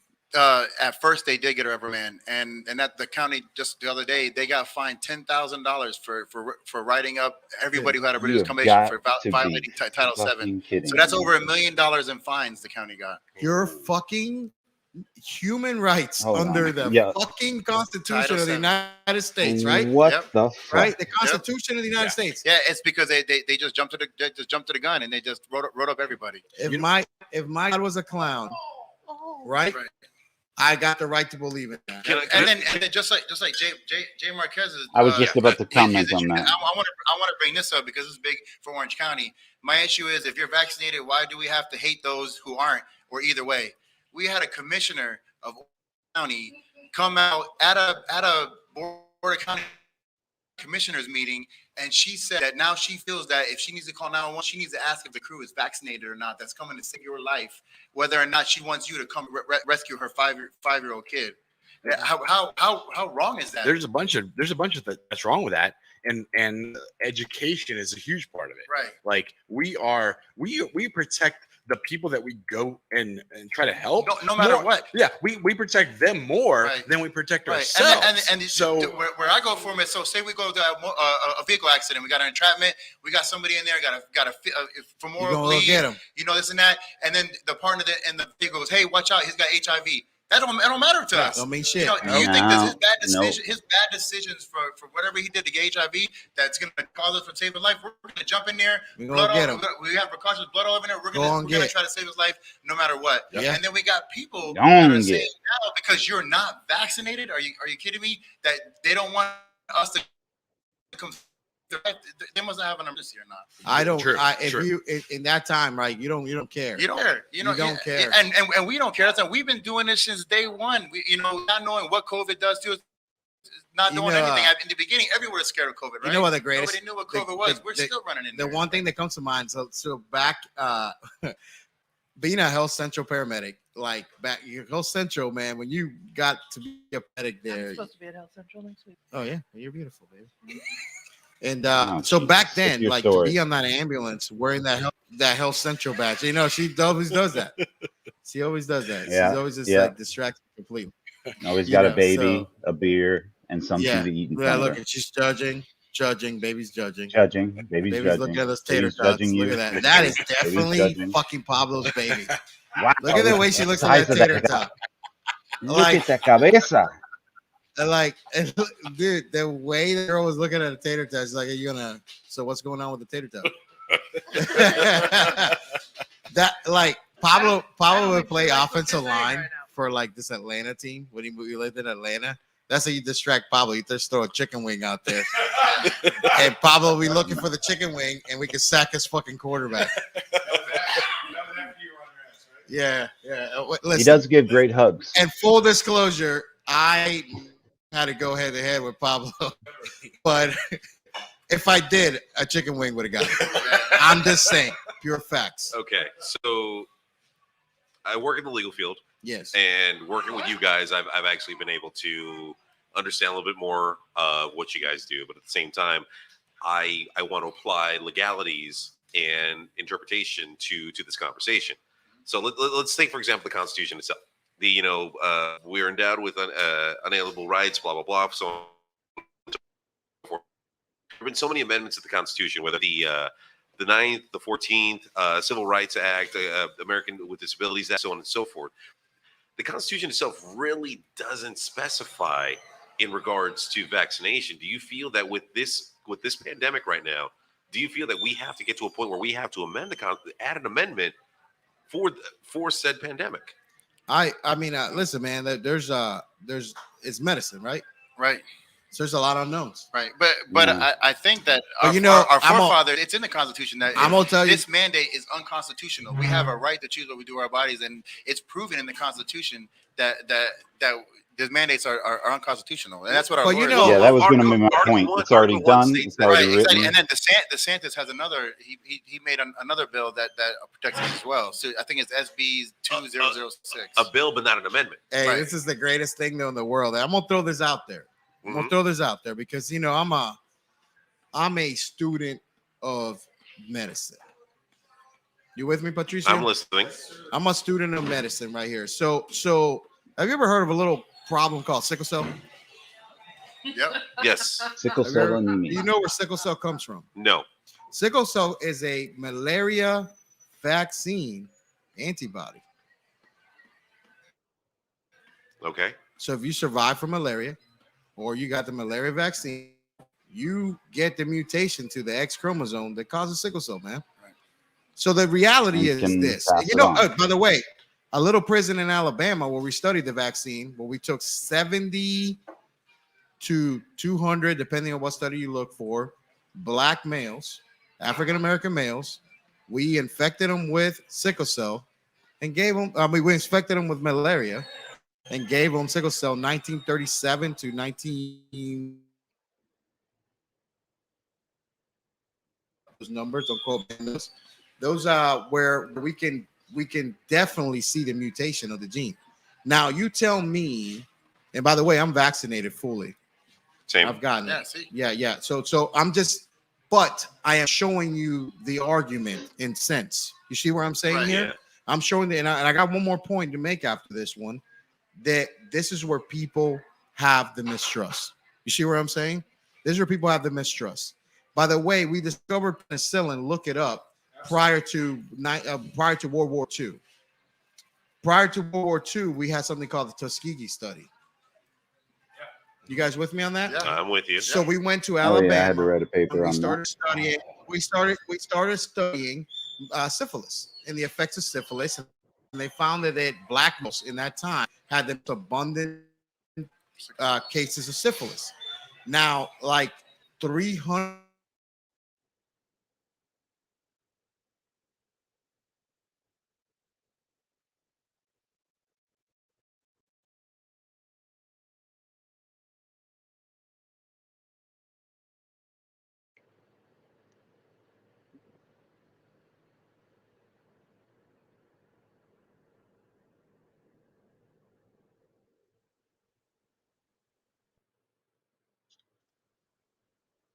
Best in of stuff. Right.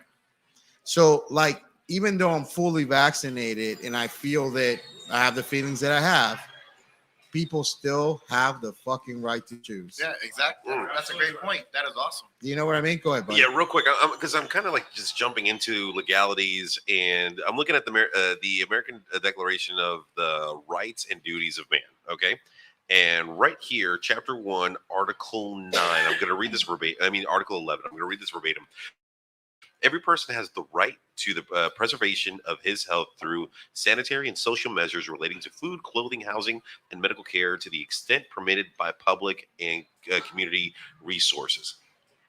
Do you think, in a sense, like both sides are just causing harm to both sides? I think you have, yeah, absolutely. So this is the cool thing about the America. It's called informed consent. You have the It's the right to be America. informed on. Yeah, Fuck you have yeah. the right to be. You have the right to know what the goods are if you get this. And you have the rights to know what the bad things if you don't get it. And then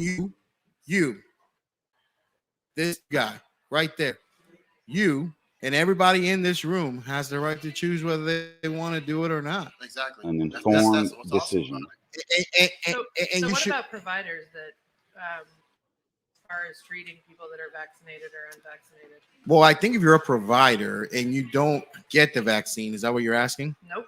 No, it's about like you're talking about Oh. nurses that are mad. That No. are I think she's treating talking about unvaccinated. physicians. Oh, No, I was So- talking about So physicians. doctors don't. Doctors, should they be able to decide whether or not they're going to treat unvaccinated or vaccinated people? No, not at all. They're by Why? oath. They're by Why, oath. why do you get to choose and they don't? Like what do you mean? Why So do there's you doctors- get to choose whether or not you're vaccinated and they don't get to choose whether So or this not is they're actually Well, true. because under oath, they're Vaccinated. supposed to take care of everybody no Yeah. matter what. But this is the- that's the oath of being a doctor. So how do you get a doctor to do But something they doctors don't get want to to- do? doctors get to decide whether or not they're going to treat people that are compliant or non-compliant. So Trish said this to me the other day when we were talking about this, and you were coming on, and so I researched it. I spent some time looking at this shit, and this is fucking the most crazy thing: reimbursement. God.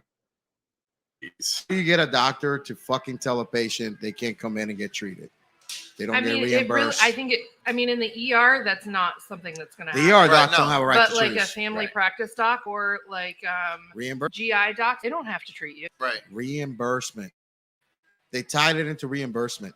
They with the money. Yeah, exactly. The money. So this is where I think your lawsuit is fucking absolutely something that needed to happen. Oh yeah, it had to. And again, man, as a medical person, as a person that believes in that the best interests in people are out there, and like, you know, I have my beliefs, you have yours. Mm-hmm. I still think that we need to protect everybody's beliefs. Right. And that's the thing I wanted to come on here and say, because it's causing major divide in our in my fire department, to where now people are fighting with each other this mandate, and they're saying, okay, well, you guys got termination off the table, so why did you guys still file a lawsuit with the county? And I've said it's not about the vaccine, not about losing the job. It's about protecting everybody's right. If we let them mandate us for this, what say a new strain comes out, nothing, and they're going to mandate us for something else? It's protecting our right to choose. And if we don't file this lawsuit and we let them discriminate us like they have been, like they put tests on everybody's, they put tests on everybody's telestat, so everyone vaccinated, everybody knows who's unvaccinated. Violation of HIPAA, you know, right on there. So they put tests. So we got to test everybody that's unvaccinated. When knowing the vaccinated fully can and spread it as well, how come they're not testing the vaccinated people? Yeah. In all honesty, I believe with this mandate and the way they're treating this, they want that divide to a sense. Right. They want the divide, and then also they don't want the written numbers of all the vaccinated people testing positive for COVID. That's a problem. Is that you know that's both ways? Why don't you test the vaccinated? That's the only way to keep the public safe. Is test everybody. If you're going to test one person, you got to test everybody. It should be universal. It should be universal. You should not split the people into like this group and that group, right? No, we're knowing the unvaccinated outlaws. You know, we got to go and show up every week. Yeah, Monday, Tuesday, Wednesday to swab for the test. It shouldn't be that way. And you know, man, like it's crazy. And it's great that Josh is on here. By the way, I would like to mention somebody owes me $50. And discrimination. And this is the one thing I want to say. Whatever side you stand on this vaccine, no vaccine thing, you got to understand that, like, when we started this company, like when I started this thing right here, and I would more shots. I would like with a couple things with Jason coming on here, like not this Jason, but the one with one eye.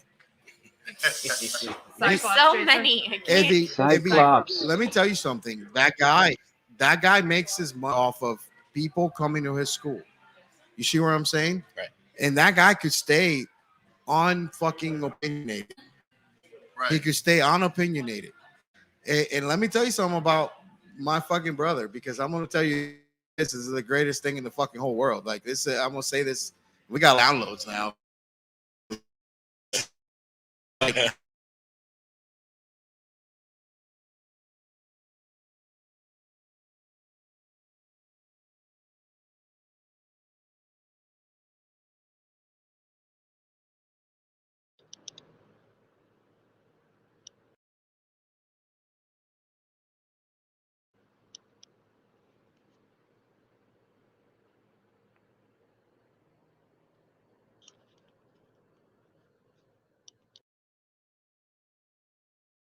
For me, from the one when I met him, and I can't say anything. What do you say? Sorry, we have a writing question coming from Kevin.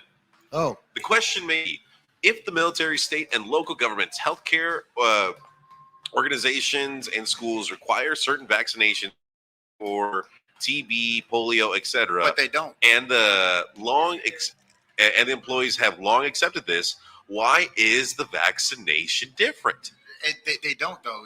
If you don't want your kids vaccinated, you can get an exemption form from the state of Florida and all the other states. So you don't have to be vaccinated. Same thing with the fire department. They try to say, oh, you have to be vaccinated with Hep B and all this. No, you don't. You can deny those vaccinations. So that's a false statement. So I can't even hear myself. All right, hold on. Can you? just you. It was just me. Yeah. Okay. Then my. Can everyone hear anybody right now? Yep. I can't Yeah, I hear can. Carlos. I can't hear Carlos. I can hear myself. I hear pretty much everyone. That's a statement. Carlos, say one more thing. Check. Now I can hear myself. Okay. I You- don't know how that happened. You know, like some vaccines are.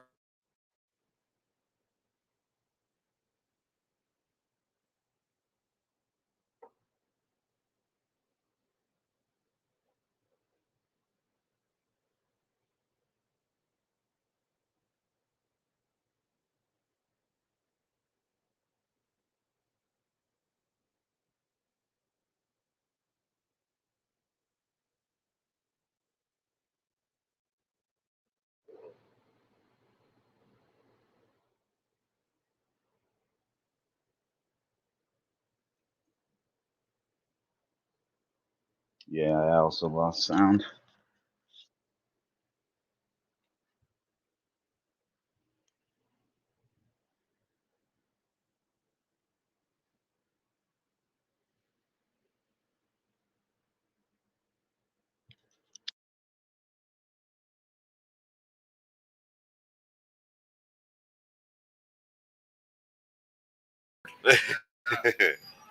Jay said no. There we go. All right, we're back. We're So back. Nope. let me hold on. take. But no. Your statement right there. Go ahead. Jay's saying that we have no sound. And so is somebody named Jennifer. That's my sister. It's back now. I couldn't Yeah, hear you right, guys for a but while. So I got Patricio, my this is sister's the thing though, bro. You gotta take the science out of it because it's the right to choose things. You know what I mean? Like, bro, like this is the thing that you don't have. This is the example you don't have, and this is the example I want to give the people. I have seen women die knowing that they needed blood. So have I. Yeah. Trish has. Yeah. I've seen there. I've been there. That's what they I've believe in. seen, I have a I- family member that chose to die over getting dialysis. Yeah, like listen, I got to tell you this, Patricio. I have seen a fucking person, and I have sat there and pleaded with them and told them that if I give you this bag of blood, that doctor is going to take you to surgery and you will live. This doesn't have to kill you. And their beliefs, because what they believe in, didn't let them get that. And you know something? You have to honor that. I have to fucking honor You that. have to honor that. So you have to let them die. I have to honor that. Right. And I don't want your message to be lost in the No. struggle. No. I don't want your message to be lost in the science. I don't want your message to be lost in the Right. numbers. It's about the rights. It's your right to Right. choose. And then like my the person Maria, she works with me, but she's been with me since day one, and she's on our main board. That's what she said. Some of the guys are vaccinated already. Now, what happens when government requires boosters, and they could be every 6 months, maybe 3 if they deem? Will the vax just go along, or will they start to get a different view? That's a great question. Hey, whatever you feel is your right, then you go. Whatever you feel that you're choosing that's right for you, I think you should choose what's right for you. I don't think that your right to choose should affect other people, and I don't think that's what you're saying. Right. And that's why I think your message is important.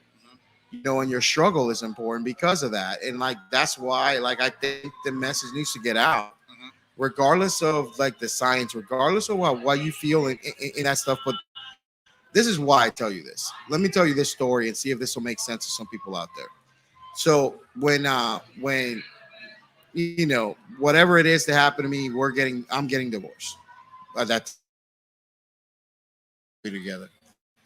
And I'm getting divorced, and like I can't touch my bank account because that was a shitty people time. freeze your accounts when you're getting lower. You remember this, Josh? Josh was with me on this time.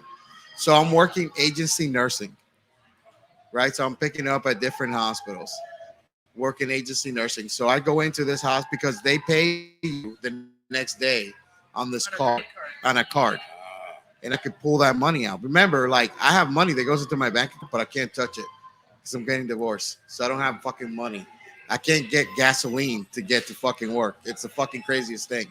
So people don't know this, and we will be having a podcast on that here pretty soon. And Yeah, absolutely. and So in defense, each case is different. yeah. Each case is different. But, consult with your attorney beforehand. Yeah. We didn't Hold have. on. He didn't have a good one. So people at that moment. Yeah, At that moment. I mean, I kind of want to dance with Back somebody. then. Back then. He has so- an amazing So one now. listen. So this is the thing I'm getting. This ER, and I won't say what it rhymes with, but it rhymes with Jimmy? on-vent in Kissimmee. And and I get there, I'm relieving a nurse, and she's telling me report on this patient that's there, and he's got a correctional person with him. Okay, so the correction person's there with him, and they're basically like telling me this guy's a shitbag, whatever. I get no report on this patient. You know what I mean? And when I walk in, this guy is covered in. He smells horrible. He's covered in poop. He is septic. He's got sepsis. You know what I mean? It's a septic alert. Anywhere else, people would have done shit for him. Oh, He doesn't have a blood pressure cuff on him. He doesn't have anything on him. Oh, mine totally has And one. this guy is in cuffs and sitting in there in feces, Right. dirty as shit. Yep. So I Outrageous. fucking going. Outrageous. Yeah, I go in there. Man, I go in there. You gotta share that with somebody. Yeah, so I go in there. I bathe them. I take them outside, shower them. I bathe them. I fucking clean them. I fucking brushed his hair. I started 2 IVs on him. I gave him a fluid bolus. I talked to the doctor. Doctor told me to go fuck myself. I said, if you're telling me Allegedly. that, no, he told me. And if you're telling me that this guy needs this, I already pulled the medicine. You write the order because he needs this. And I started pressors on this guy, and I put a diaper on him because they wouldn't let me do anything else. And this guy is extremely sick. He's a child molester. He's a child molester. He molested kids. Like, not allegedly, he really did it. And but you know what? I'm a fucking nurse. I don't get the right to choose who I take care of. No. That day, I took care of a fucking child molester. This guy's a horrible You're not human an being. executioner. He's You a can't horrible make that decision. human being. And you know what? I don't get to fucking choose who I take care of. Yeah. No, shoot, we take care of guys that murder people on scene. That shot people that got shot by the cops. We sit there and we take care of them no matter what. That's what it is. Real quick, we got a comment coming in from the live feed. Amanda, can you read this real quick? Jay says, I'm not against the vaccine, and I feel there is a place for it. However, why do I have to believe in a God to be excused? Why can't I believe in my own thought process? What is if the person doesn't believe in any God and has chosen not to? So your religion has more say than your process to think. So we trust you to pick a religion, but not make your own choices. I feel like you could make up a religion. Your religion and or your right of those are choice. your choices. That's what we got to talk about, That guys. goes back to his point. He decided not to go that route because he wanted to be able to help other people that didn't do that. Yeah, exactly. And that's why it doesn't matter. It shouldn't matter. And you got some nurses. I agree. It shouldn't matter. Like, religious beliefs should not. Should not matter. And I shouldn't have to tell you my religious beliefs. No, it's nobody else's business. And and then what's sad is I'm part of some Facebook groups about different nurses and stuff like that. 175 nurses that got fired up in New York, and then also now the Navy, they're not accepting any religious and any accommodations, to the vaccine, and that's just wrong. There's a lot of fucking things. Let me ask you this about you though. Like, how are you though? Like, with all of this going on, like, how's your? And that's a good point, man. I've never been so stressed out. I've never been so not wanting to go to work in the morning, and then I'm also stressed out with people calling me and I'm worried about them. So I'm worried about them. I'm worried about their families, and I'm seeing them. Had pressure with AFib, because his wife works for the fire department. He's take care of kids, and he has to go there, all stressed out. People are crying. People are doing everything. And then I see people now, even after we got termination on the table, now trying to get the swabs. They don't want to get the swabs. They don't want to be discriminated against. They don't want to be, stout. Man, it's sad. And then shoot. I know you can. Oh, You could probably cuss on your. I've been getting death threats. I've been getting emails. I've been getting everything. Wow, because I what filed a lawsuit bullshit. kind of fighting for firefighters' rights and fighting for What? their jobs. And That's not absolutely okay. ridiculous. Yeah, man. And I got a list of emails, man. I'm gonna read you. And Just that's really also quick, I've been writes you a holding death this one threat, for a bro. while. I don't agree, and I don't understand. I mean, I do understand because it's kind of how everything goes.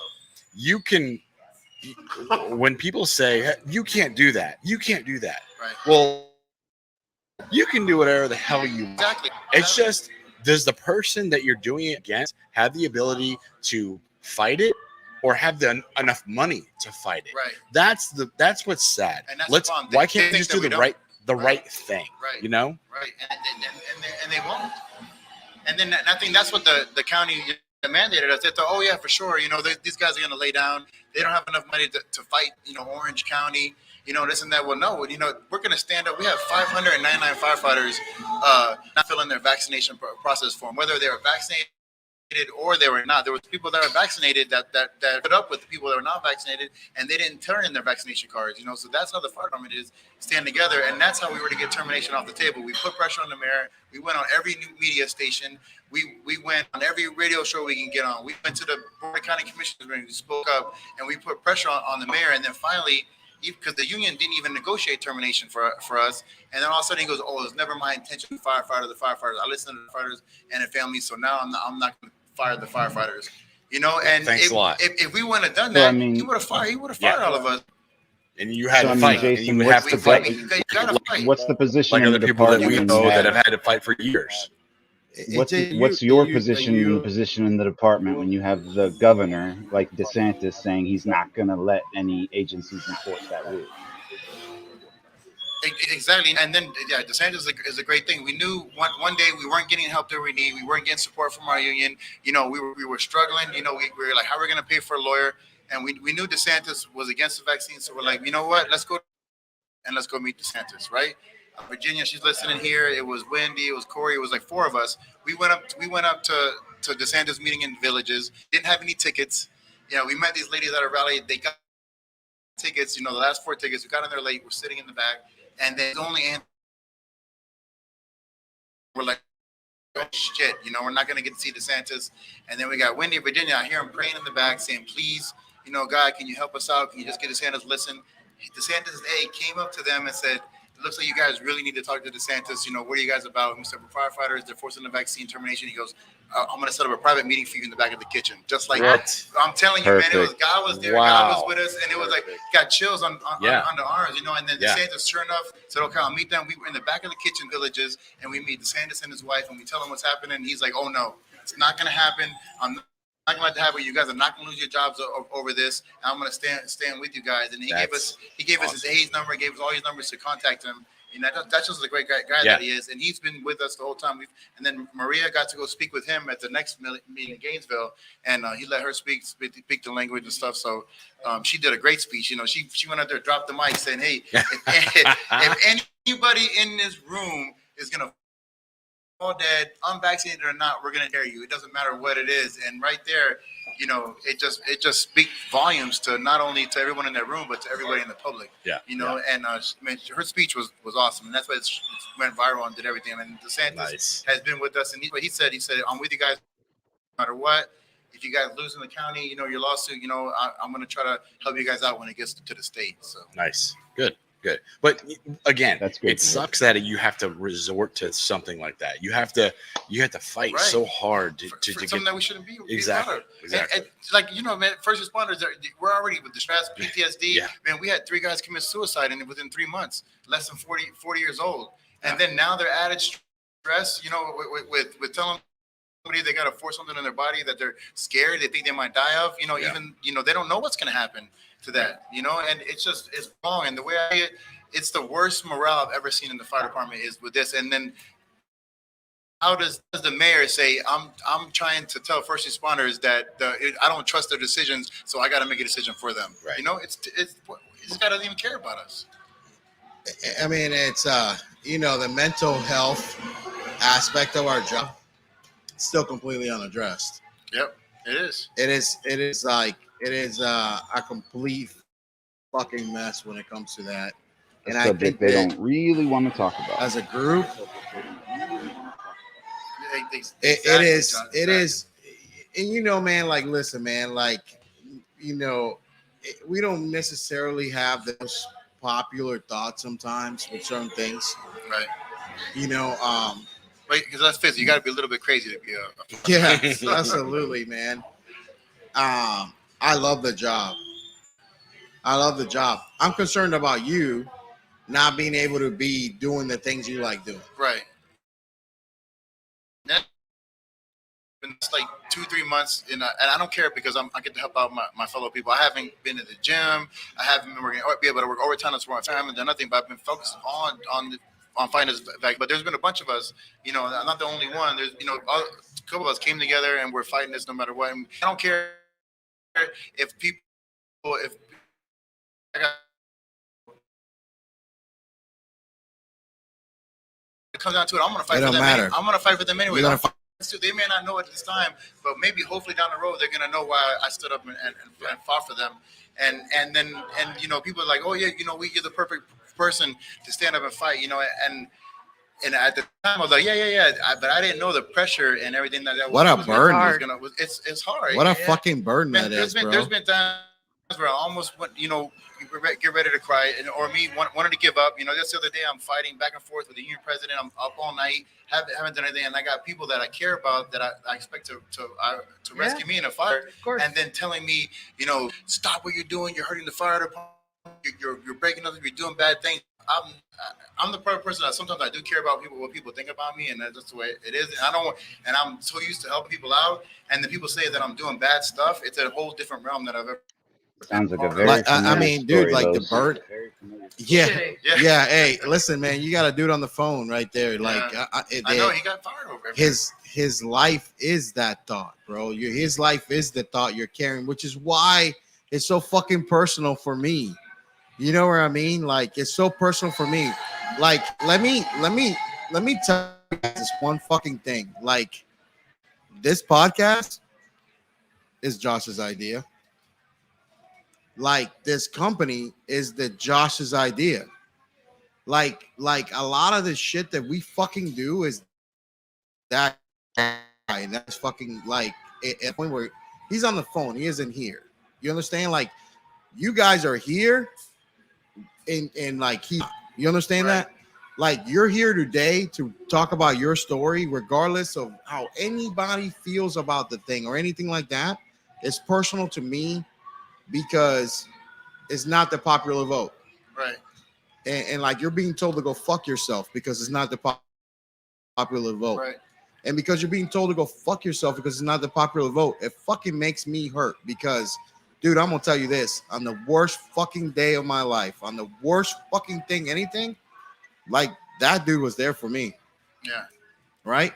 Yeah, and that's the most important part of everything. That dude was there for me, man. As long as I can sleep at night knowing that I did everything to protect my brothers and sisters, that I'm fine with it. I don't care if they think bad about me. I don't think if I get backlash, but if I know I'm doing the right thing. I know God's on my side. Hey, and man, I'm trying to make the right thing. That's the most legitimate shit in the whole entire world, bro. Hey, listen, man, like, that dude, like Josh is there for me. And I'll stand by him, and he knows, like, sometimes I get in his ass about shit, like. But that's what you do for someone who you love. Pablo here with his baby with a big head. and like, let me tell you this. Yeah, Pablo's gotten my ass about some shit. I fired Pablo from a job. Yeah. At his worst time ever. See, and as long as my sister, I always fight for what I believe in. She knows, man. I've been doing this since day one. Maybe I not fought for her when I was older. But, hey, man. But that's what big brother. Hey, I will always carry the fight for the unspoken person and the little one. For the little fucking opinion that nobody has ever known, like, we will fucking die and live by it. And sometimes that's the most important part. We will die and live by it, man. And the sense of that is like that's what we got to stand for. And that's why this is. Because the fire department has always been about togetherness, family, and sticking up for each other. And that's why this has bothered me so much. This mandate has caused division in the fire department. It's been unvaccinated, vaccinated. Why are you guys fighting for this? You guys are maybe putting the citizens at risk, this and that. When you have different opinions and it's causing the fire to spread apart and hate each other.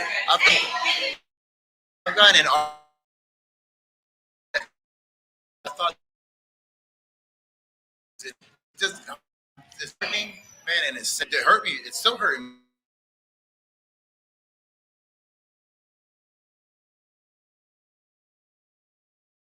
At this for a bit, sorry, so cool. I've been dealing with this shit for like 3 months. Thanks, Black Jason. Yeah, sorry about that, man. I know that I don't want to put a bad thing on it, man. This is affecting a lot of people, man. You know, Yeah, no. Yeah, you don't apologize. Don't apologize for that. Listen, my granddad's a New York fireman. I do all for a lot. And my granddad never got to eat at the dinner table with everybody. You see, he wasn't the right color to be inside the fire station. What? So my granddad got to eat outside. He would get to on calls. If it's wintertime, he wouldn't get to be inside the cab. He rode the tailboard like everybody, So, he was an animal. He was treated like an animal. Like the same way the horses got treated, that's the same way he got treated, and like my dad was fireman there in the same place. And so were a lot of my uncles. And you would think that if your dad got treated like an animal, got like the horses did, right? Like didn't do the job. But the reality is, right, the job is the most unbelievable fucking thing in the world. I will never trade this for anything else. No. Like you could have fucking offered me. If I went back in time and you made me a millionaire, right, I'd still be a fireman. And that's why it's hurtful when people say just go get another job. I like it. Just stay home and get another job. I still be fireman. People don't understand. Listen, man, I will stand by the popular. I won't stand by the popular vote being stupid. Right? I don't do that. But I will stand for the fight of the little man. And like anybody else, I will say this. I will put my mouth where my money is. Yep. Here's a check for your legal battle. No, man, you don't got to do that. No, man, we're doing it. And like, I'm going to give you this. And the reason why I'm doing that, Jay, is this. I will stand by the unspoken majority. Bro. I have to. Because I've been that guy the whole time. Everybody that's here with this company, Pablo's been with me the most. And Josh has been here the longest. Right. And Josh knows we've always been the unspoken majority. Oh, I know. For a long time. If you've listened to how many times somebody's told me to like, hey man, let go of this dude, do this shit. Josh, how many times that happened? You there? You tell me a lot. A lot. But bro, not have the relationship that you guys have. If I'm not my brother's keeper, man, I'm nobody else is, man. But you know what, man? Like, people are still by me, and where would I fucking be if somebody didn't give me a second chance? Exactly. Where would fucking I be if somebody give me a second chance? Now we've been through the shit together. Oh yeah, you and I. And listen, man, got to see a person basically become another person and can no longer do the job he loved and was excelling at a high level for a long time. And honestly, I'll just say that wasn't about me, Trish. And we'll put at least 5 minutes on the penalty box. I'm sorry. Reading comments. 5 minutes. I'd like to see a hand come in from the right or left and slap, please. Yeah. No. It's just one of those things, man, where you've seen it. And I mean, steady the fight, but both of you, I mean, be glad that you can still do the job, that you can still be out there and actually physically do the job. Because when I was teaching, though I loved it and I felt like I did a good job, it just made me realize how I was never going to do those things ever again. Like I'll never be able to intubate another person. I still remember my last intubation, my last code, my last almost everything, my last year. And knowing that you'll never have another opportunity to actually do that yourself. Yes, you can train whoever and you have that saying of, it goes through your hands to their hands. You know what? Fuck it. You always want to be that person, and to excel at the high level and then not be able to do it anymore is a blow. It's a hard blow to go through. And it's one day is done, Yeah. One and day it's it's still, done. When that's the thing. It's still going. you can't.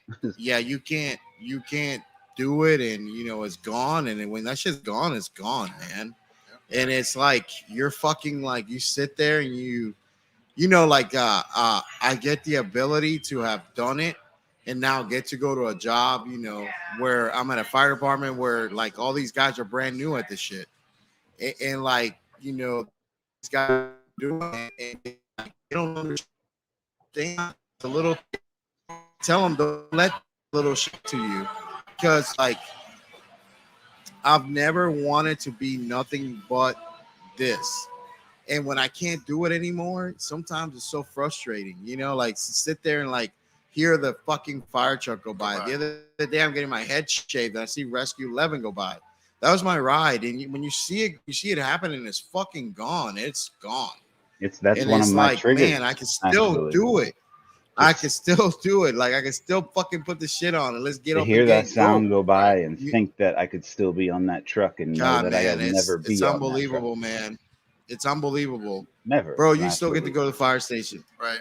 And don't let the surrounding things make you hate it because the job is still great. Yeah, it's certain that people are so great. Like you said, Yeah. and that's what we were threatened with getting taken away, and that's why That's what hurts. for the normal person, for the citizen, for that never been in the fire department, never experienced, like you guys, get not be able to do it anymore or whatever. It's not just a job, man. And that's what I tell recruits that come in. It's not a job. This is a career. This is something that you love. It's totally different. It changes to do what your we life. To do what we do, it does. It change your life. It has to consume you, and then it not only consumes you, it consumes your family member.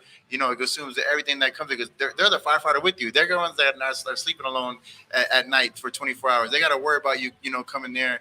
But they understand why you do it because they know that each one of us love that job and we love what we do. Calling, and man. It's a calling. It's a calling. It's like no other job out.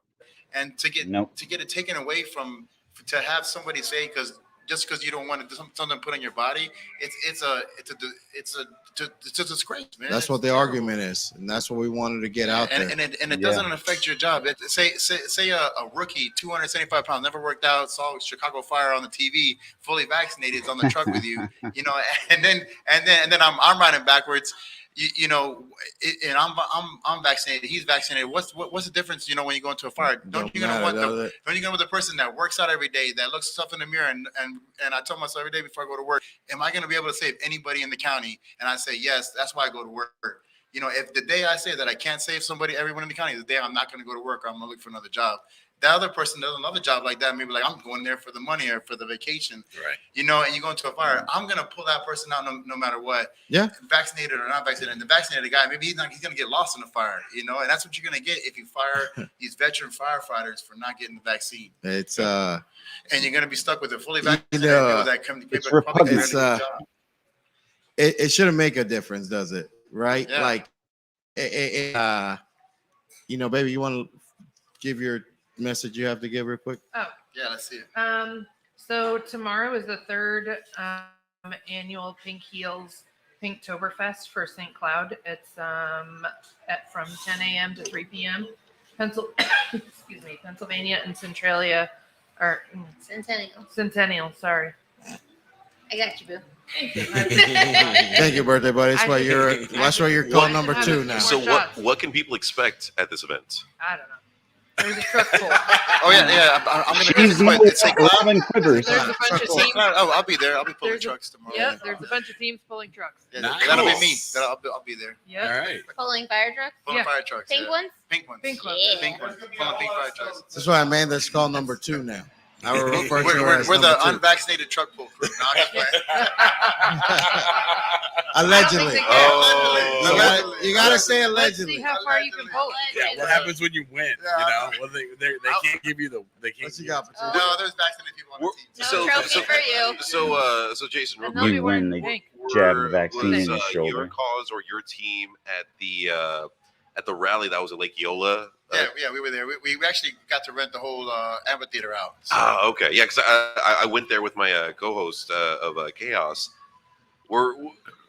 We have different opinions, but we went to go check it out. You guys had a really cool event out there. Mm-hmm. Yeah, we tried, and then that was all donations too. They donated us money to rent the amphitheater out to get our message out and stuff like that. And we had Florida keepers they're against the vaccine, so we kind of stayed separate because we didn't want to get our message mixed out. You know, we're against the mandate. They were against the vaccine, so we just didn't want to get our message out. But it was a great time.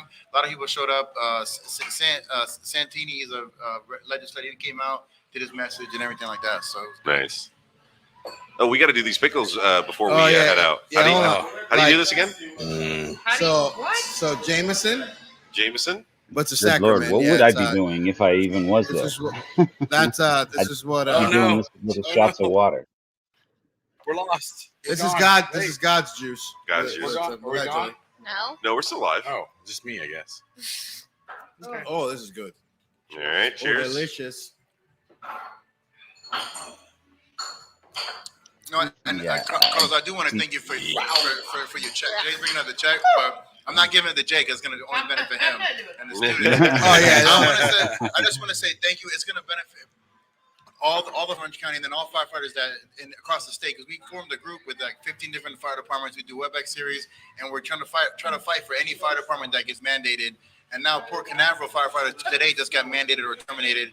So we're going to reach out to them, man. And I really appreciate it, and I really appreciate having me on here to get my message out. I didn't want to. This is a righteous cause. This is a righteous cause. It is, man. It's saving a lot of firefighters jobs, and it's for the rights of every firefighter in the state of Florida. Whatever happens with us in our lawsuit, it set precedents for all the state of Florida. That's why every fire department is looking towards Orange County right now and our lawsuit to see if it's going to happen to them. And a lot of firefighters are worried about this mandate. Jason, your fight is basically you want to stay in your job. Yes. To be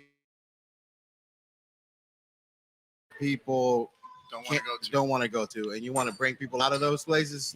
Right. Well, I surely am not going. Yeah, then I'm gonna fight for that. Yeah, man, that's awesome, man. I'm gonna fight for that, right? How are you gonna try to take jobs from people that want to just help people, man? Hey, man. Show up to work every day and miss their I'll be the listen, brother. Like it brought me on the podcast. This subject. It brought Josh on the podcast. It was good to have you, bro. You're good, man. I still can't believe we should do a podcast from his backyard. I got much respect for you, Josh, man. Much respect. Twice, and we miss you, Josh. We want you. Same, brother. We do miss you, Josh. Twice in my life, I've sat someplace and wonder, like, how many people want to be. You. I want to. How many people want to be a fireman? You know what I mean? Yeah. Like twice in my life. So first time. Took the city of Orlando test, like 2,300 people. Now, when you sit there and you sit like 2,300 people want to be fucking firemen here. That's crazy. On a line for like 5 hours just to get my name into the lotto of my Miami-Dade fire. It's like ridiculous. I was 3 miles. Oh yeah, I was too. I got there early twice. So. And I got there early. And my brother retired from there. Like he was too in front of you. Yeah, I got there early. Yes. I got there early. I'm pissed for you, bro. When you get there early, and then let me tell you the worst phone call to get. When you sit there in a fucking line for fucking like hours, a whole day. And then like 5 years on the city of Orlando, you get the call and they go, "Hey, we'd like to offer you a job for that." Miami-Dade, go fuck yourself, Miami-Dade. That's what I said. I think we should start going towards the end with final thoughts there. Like fuck Miami-Dade. Yeah. Well, that's on my final thoughts. I love Miami-Dade. I can't say fuck Miami-Dade. Yeah, they donated us $10,000. Yeah, I love Miami-Dade. Well, thank you, Miami-Dade. I love Miami-Dade. Yeah, I like good friends there now. Yeah, go ahead. Go ahead. You know what? Regardless of how you feel, either way, for anything that you're doing, being able to make that choice, being able to stick up for the little guy, I always think I always feel it's extremely wrong for someone to take that advantage that they have, and whether it be to follow their own rules or not. Counties have rules, right? They have policies and procedures that you have to follow. And you can't break those, or otherwise you're going to get written up or you're going to get in trouble. But do the same things. They don't follow them exactly how they should. Right. You know what I'm saying? So for you to be doing what you're doing and sticking up for people, their rights, you guys are doing what you need to do, and, Right. and you're really helping out a lot of people. Right. A lot, just like you said, a lot of people that don't understand. In the future, that's going to help them out. Yeah, it might not help them out today. It might not help them out for this particular situation, but it's going to help them out in the future. Oh yeah, I most definitely feel that. So. All right, Mr. Granada, Hey, your final thoughts. all right. Yeah, man. So you are definitely on the righteous path with the righteous cause, and you're going to endure it. And I wish you all the best. I mean, this subject was near and dear to my heart and brought me out of retirement. I mean, it's your God-given and constitutional right to choose. That's the way I feel across the board. I don't have no hate for people that don't want to have the vaccine or do have the vaccine. It doesn't matter to me. It's everyone's right to choose. And when people infringe on your right to choose what you do with your own body, that is ridiculous. And so somebody has to fight. Somebody had to stand up. And what better figure than we, right? Oh man, I appreciate it, man. That means a lot coming from you, bro. Honestly, I came in here thinking that it was going to be you else, but has been overlooked by the general public, and so much for that. And a quick shameless plug: make sure you guys listen to next week's episode. And with because these guys are going to be on a really cool show next week with the Kitchen Killers doing a cross promotion, and we'll put out the links and information coming up next week. But it's going to be a lot of fun, and I'm going to give it over to your birthday buddy. My thoughts are that people should just stop being so disrespectful to each other. If you want to be vaccinated, that's your choice. If you don't, that's your choice too. Just because I see something differently than you do doesn't mean you get to be an asshole. Yes. Amen to that. And people just need Here. to stop being assholes to everybody. Can't we all just get along? Right? Can we just all get along? Let's just be friends. Like, why can't we just be human? Right. Because we don't know how to do that anymore. Just like Jackie Moon said, I feel everybody like we love should- everybody. We need to love each other again. That's Yes. Everybody love everybody. Yes. Let's do it. I love everybody. Trish, your final thoughts. I've never been a rule follower, so. Oh yeah, that's true. Fair and valid. All right, Mr. The Real 305. Where the fuck is your camera? There it is. I just wanted to say thank you to all you guys for having me on the show. It means a lot, and I think that our message kind of gets lost of what we're trying to do, and some people think that we're against the vaccine or we're putting the citizens at risk by not getting vaccinated, which is totally untrue. Sure. We chose this job to take care of citizens. We chose this job to take care of people, and we never put citizens at risk if we thought we were doing that. And it does just come down to fighting for the rights to be able to choose for ourselves and for everybody else. And we're not the only ones. There's nurses, there's pilots, there's everybody. There's county employees that we're fighting for. We're fighting for everybody to just be able to keep our jobs, first of all, and our livelihoods, but also to fight for our rights to choose anything that we want to do. And that's the way we live in America. And that's what we were born to do. That's what our forefathers fought for, was for our right to choose for whatever we wanted to do. And thank you for letting us get our message out there. And thank you for supporting us and the firefighters across the state of Florida. So, If I'd be wrong if I didn't say, a few things. Like the number one thing is the reality is that, like today's show isn't about the vaccine, or it isn't about the whether you should get it or not, or what the right thing to do is. Today's show is about people that want to do the job, right? Like yes. you choose to do the job, but you also choose to not be told what to do with your body. And, we've got to respect that. Yeah. We've got to respect that, right? We got to respect people's beliefs, and we got to respect people's rights to, like, the different things that they want to do. Yes. You know what I'm saying? And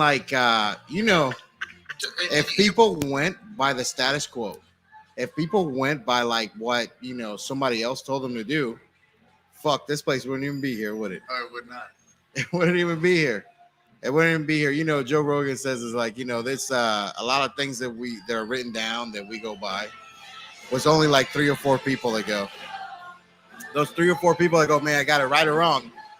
You know what I'm saying?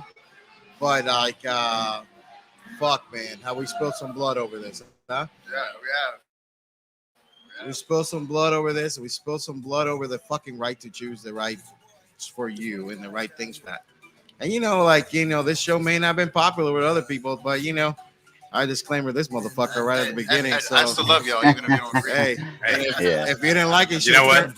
Just met you today. Well, you're the man. Yeah, you had 2.5 hours to change this shit. Go fuck yourself. Fuck yourself.